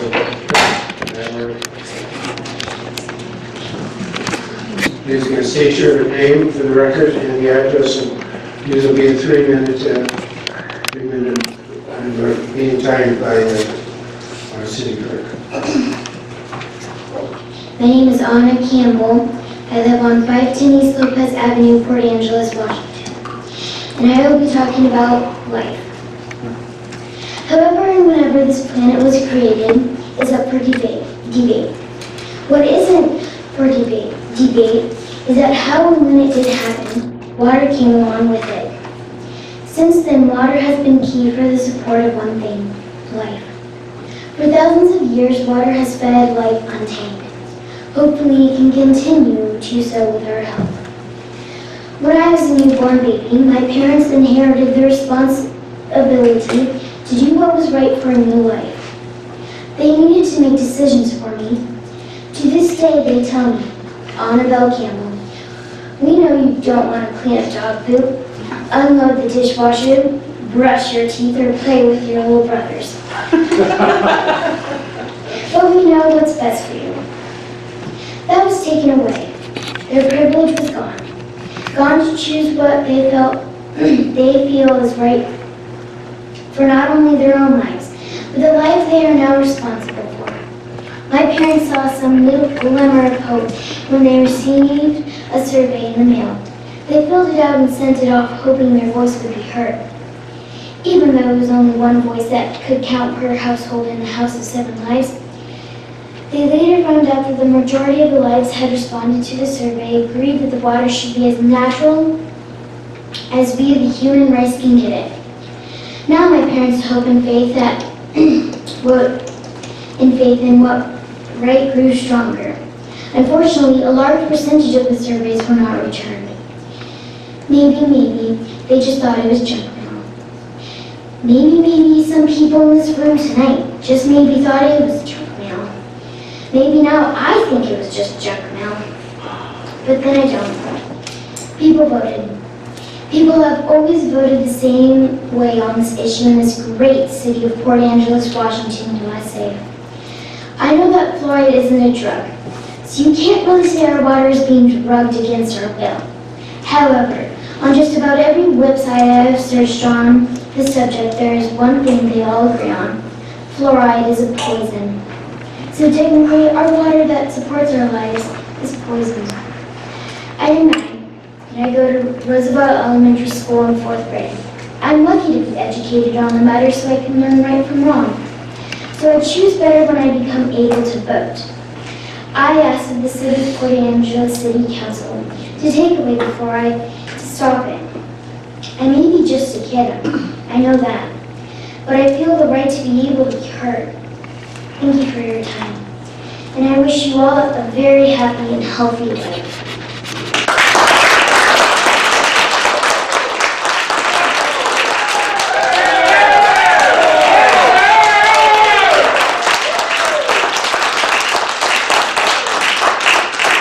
Thank you, that was wonderful. Thanks so much for giving us that. And I'm sorry we may have kept you up past your bedtime. It was well done, Anna. Very good job. My name is Jim Bourget. I live at 303 North Ridgeview Drive in Port Angeles. Young lady, extremely impressive, and I'm really proud of you. And I think that significantly, I'd like all the city council members to really take what she had to say at heart, because it can't be any simpler than that. It's crystal clear. I'm sure everybody here knows my opinion and my view. I've got a different tactic to use this evening. We hear all this discussion of budgets and the EDC and the $400 here for our children and all these things. And I think part of the obligation, unquestionably, of the City Council is to develop a solid budget and be prudent in that decision-making. That being said, as we approach another budget time frame, the fluoride issue continues to hang over our heads. I would encourage you to listen to what I have to say very carefully and discuss it at length amongst yourselves. And that is, like every city in this country, most of us are experiencing budget shortfalls or give and take. We can help the children, we can fix our roads, we can mitigate the heroin problem, we can deal with the crime that's coming from that. And yet, here we are, wasting countless days, countless hours over an issue that it's abundantly clear this community does not want. The cost of $20,000 a year for the product, of which we don't know the ingredients. They're not guaranteed. they're not certified, they're not tested. Nonetheless, even beyond that, and the budget issue with that, determining how long you proceed with this, it's my understanding, and correct me if I'm wrong, that the facility is in great need of improvement. The facility to, Dan, you're shaking your head, it's not?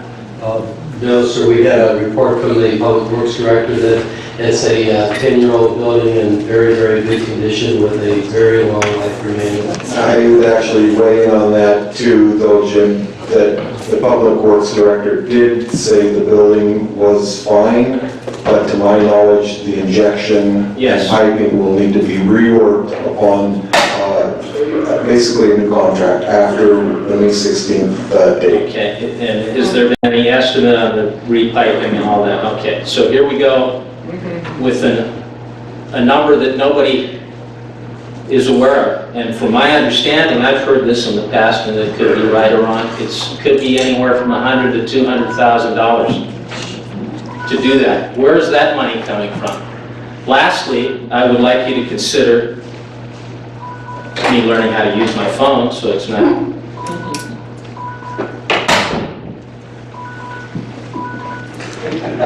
There we go. Anyway, we have no idea what that's going to cost or where the money's going to come from. It could be a huge bite out of our budget. For what purpose? Where we could unquestionably develop another, and I hope to God that the ad hoc committee will, there's clear choices. Let's make the right choice. Let's not live in fantasy land and hope that we can afford to refit this building. On top of the fact that spreading this very reactive chemical, the most reactive metal there is known, through all of our pipes community-wide, causing all kinds of complications, many of which we don't know. Now, what happens down the line if it can be proven that you've damaged my house with this fluoride? Is the city going to be accountable? So what I'm asking you to do is look at the whole picture, come up with a better plan, and do what is fiscally your obligation for our community, and that is, especially at this point in time, take the cautious route so that we can deal with all these other huge problems. Let's go down that path. We've got major problems, and I think that fluoride is one of them, but we're wasting a lot of valuable time with ethics committees, attorneys, meetings that go beyond anybody's reasonable length. All of you, please, get together and make the simple choice. Additionally, you mentioned about companies. Okay, companies and businesses wanting to come here. If we go down this last path, there's no doubt that we've got the signatures to change this government, which will throw our city council into chaos. Who's going to want to come to this city when they start reading the city council's thrown out, the government's changed, we're electing new council members, it's going to be chaos, cost. Please, take some time and make the right decision. Let's move forward. Thank you very much.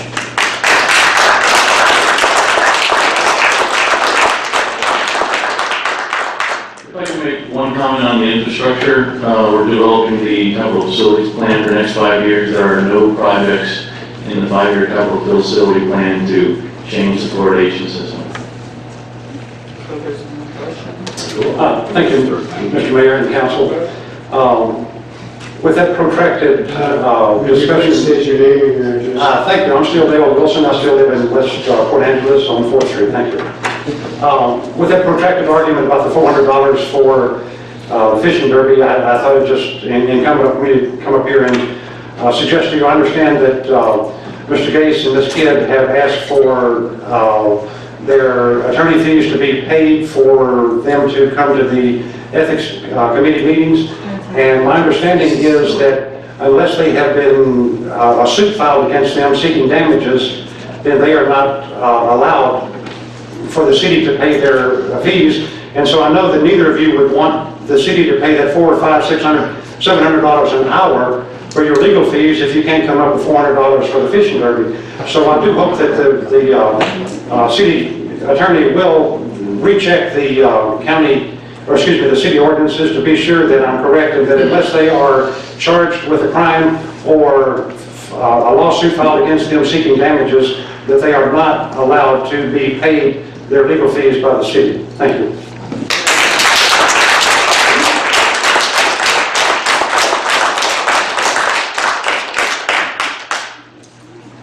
Anybody else who would like to have an opportunity to speak?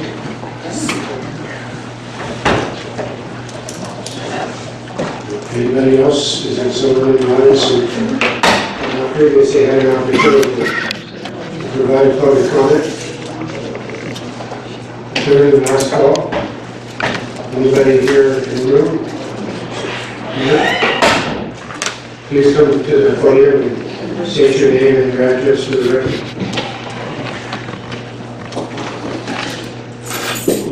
My name's Sherry Williams, and Sherry, is that a C or an S? That's a S-H-E-R-R-I-E. Williams? Williams. And I'm familiar with parliamentary procedure. And I'm requesting to speak as a non-resident. What's your I've address? noticed you don't really use parliamentary procedure that much, so I don't know if I need to have a motion passed for me to speak, or... All you need to do is tell me your address.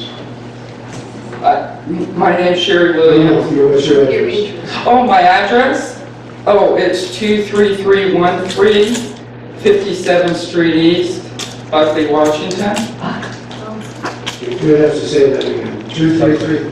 23313 57th Street East, Buckley, Washington. Thank you. I just wanted to comment that this is the first council meeting I've come to here in Port Angeles, but I'm currently working at Boeing. I've been there since 1980. My husband is retired Boeing. We're both journeymen. I'm a journeyman tool and die maker. My husband's a journeyman machinist. I participated on many state committees in regards to apprenticeship and training, was on the Boeing Apprenticeship and Training Board for 17 years. So I've done a lot of volunteering. I'm familiar with how things are done and whatnot. But we've been interested in Port Angeles for many years. My husband is born and raised in Tacoma. I'm from Milford, Connecticut. And what interested us here was the way of life. It's a small town. I come from a small town. My brother owns a commercial fishing outfit back east. So we grew up on the water. My husband's an avid fisherman. I'm an avid fisherwoman. And I guess I'm concerned because we just put in an offer on our retirement house here, okay? And I have concerns not only about how the fluoride debate and issue and how that was done, and I'm a non-resident, again, I don't have a say, and there's other things that I spoke with some of my past Boeing colleagues that are since retired, that are residing here as well now, about, and I would like to say that there's more folks like myself that are interested in your community. It's a beautiful community, but I'm getting the feeling that it's not as inclusive as we thought it was in regards to the voice of the people in this small community. And I'm very dismayed over that. And I want to just, I know that my time is limited, but I want to express to you, coming from a very small town, a little port town in Milford, Connecticut, what had happened to us.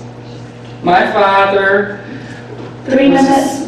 Civil engineer. I request if you could pass a motion for additional time, I'd appreciate it, because I think it's important to hear someone that has gone through this in a small town. We lost our way, okay? My father was on the board. We had big interest from Manhattan because the train line ran through our little community, and it was a 40-minute train ride to Manhattan, and all of a sudden all these folks that had money said, boy, we can live in this little community, and we can jump on the train and we can go to work and come back. And then the next thing, we, the residents of this very small town, similar to what you currently have here, which is wonderful, we lost our way because big money came in. People with other agendas were taking over the city. They got on our boards. My father resigned because there was influences that he felt weren't in the best interest of the original residents. And now when I go back to my town, my parents unfortunately had to sell their house because the tax rate had gone up so high because of these folks coming in and tearing down the little houses. And I'm not saying development is bad. The point I'm trying to make is that the folks I see, and I go out in the community and I hear people talking about this fluoride issue, okay? And the sense is they feel like they're not being heard. And this is what I grew up with in my little town, was the residents stopped being heard. And the municipalities and the people that were governing those municipalities went on and did what they thought was best for us, which now when I go back there, the majority of the folks I grew up with can't afford to live there, nor do they condone the way that they've taken over the town. The town doesn't reflect any of their values and what the town originally was. So I'm a little perplexed, I guess, as far as, is this going to be a good place my husband and I reside for the rest of our lives? You know, and we want to be engaged in your community. We've dedicated our whole career to helping others. But I'm concerned, and I felt I needed to come up and just offer my opinion as someone that wants to come here to your community. And I hope maybe you can hear that and you'll be a little bit more open to some of the concerns your current residents have. So, but thank you so much for offering me the opportunity to say that.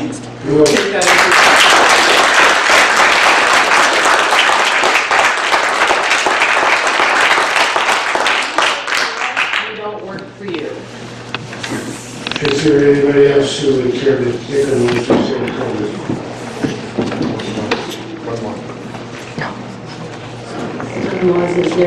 One was your 13th Street in Los Angeles. I just want to say something about the lengthy discussion that was held this evening about supporting the fish derby for the little kids. I think it was great everybody wanted to make personal donations. I'm sure you could have collected $2,000 tonight if you appealed to our hearts as much as you could have. You didn't do that. But there's a major difference between the symbolism transmitted or given to people when it is the voice of a body elected to take care of the people who elected them. And so I want to thank you. I have spent my entire life working with kids and protecting kids, and I'm telling you, I would give anything I have to make one single kid happy. Bernard Shaw said, your life has been spent well if even one child lived better and smiled. So thank you.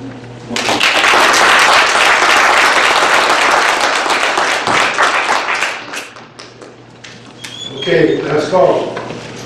Anybody who has not spoken yet? Would like to do that? Okay, with that, the chair would welcome the motion to adjourn. Second.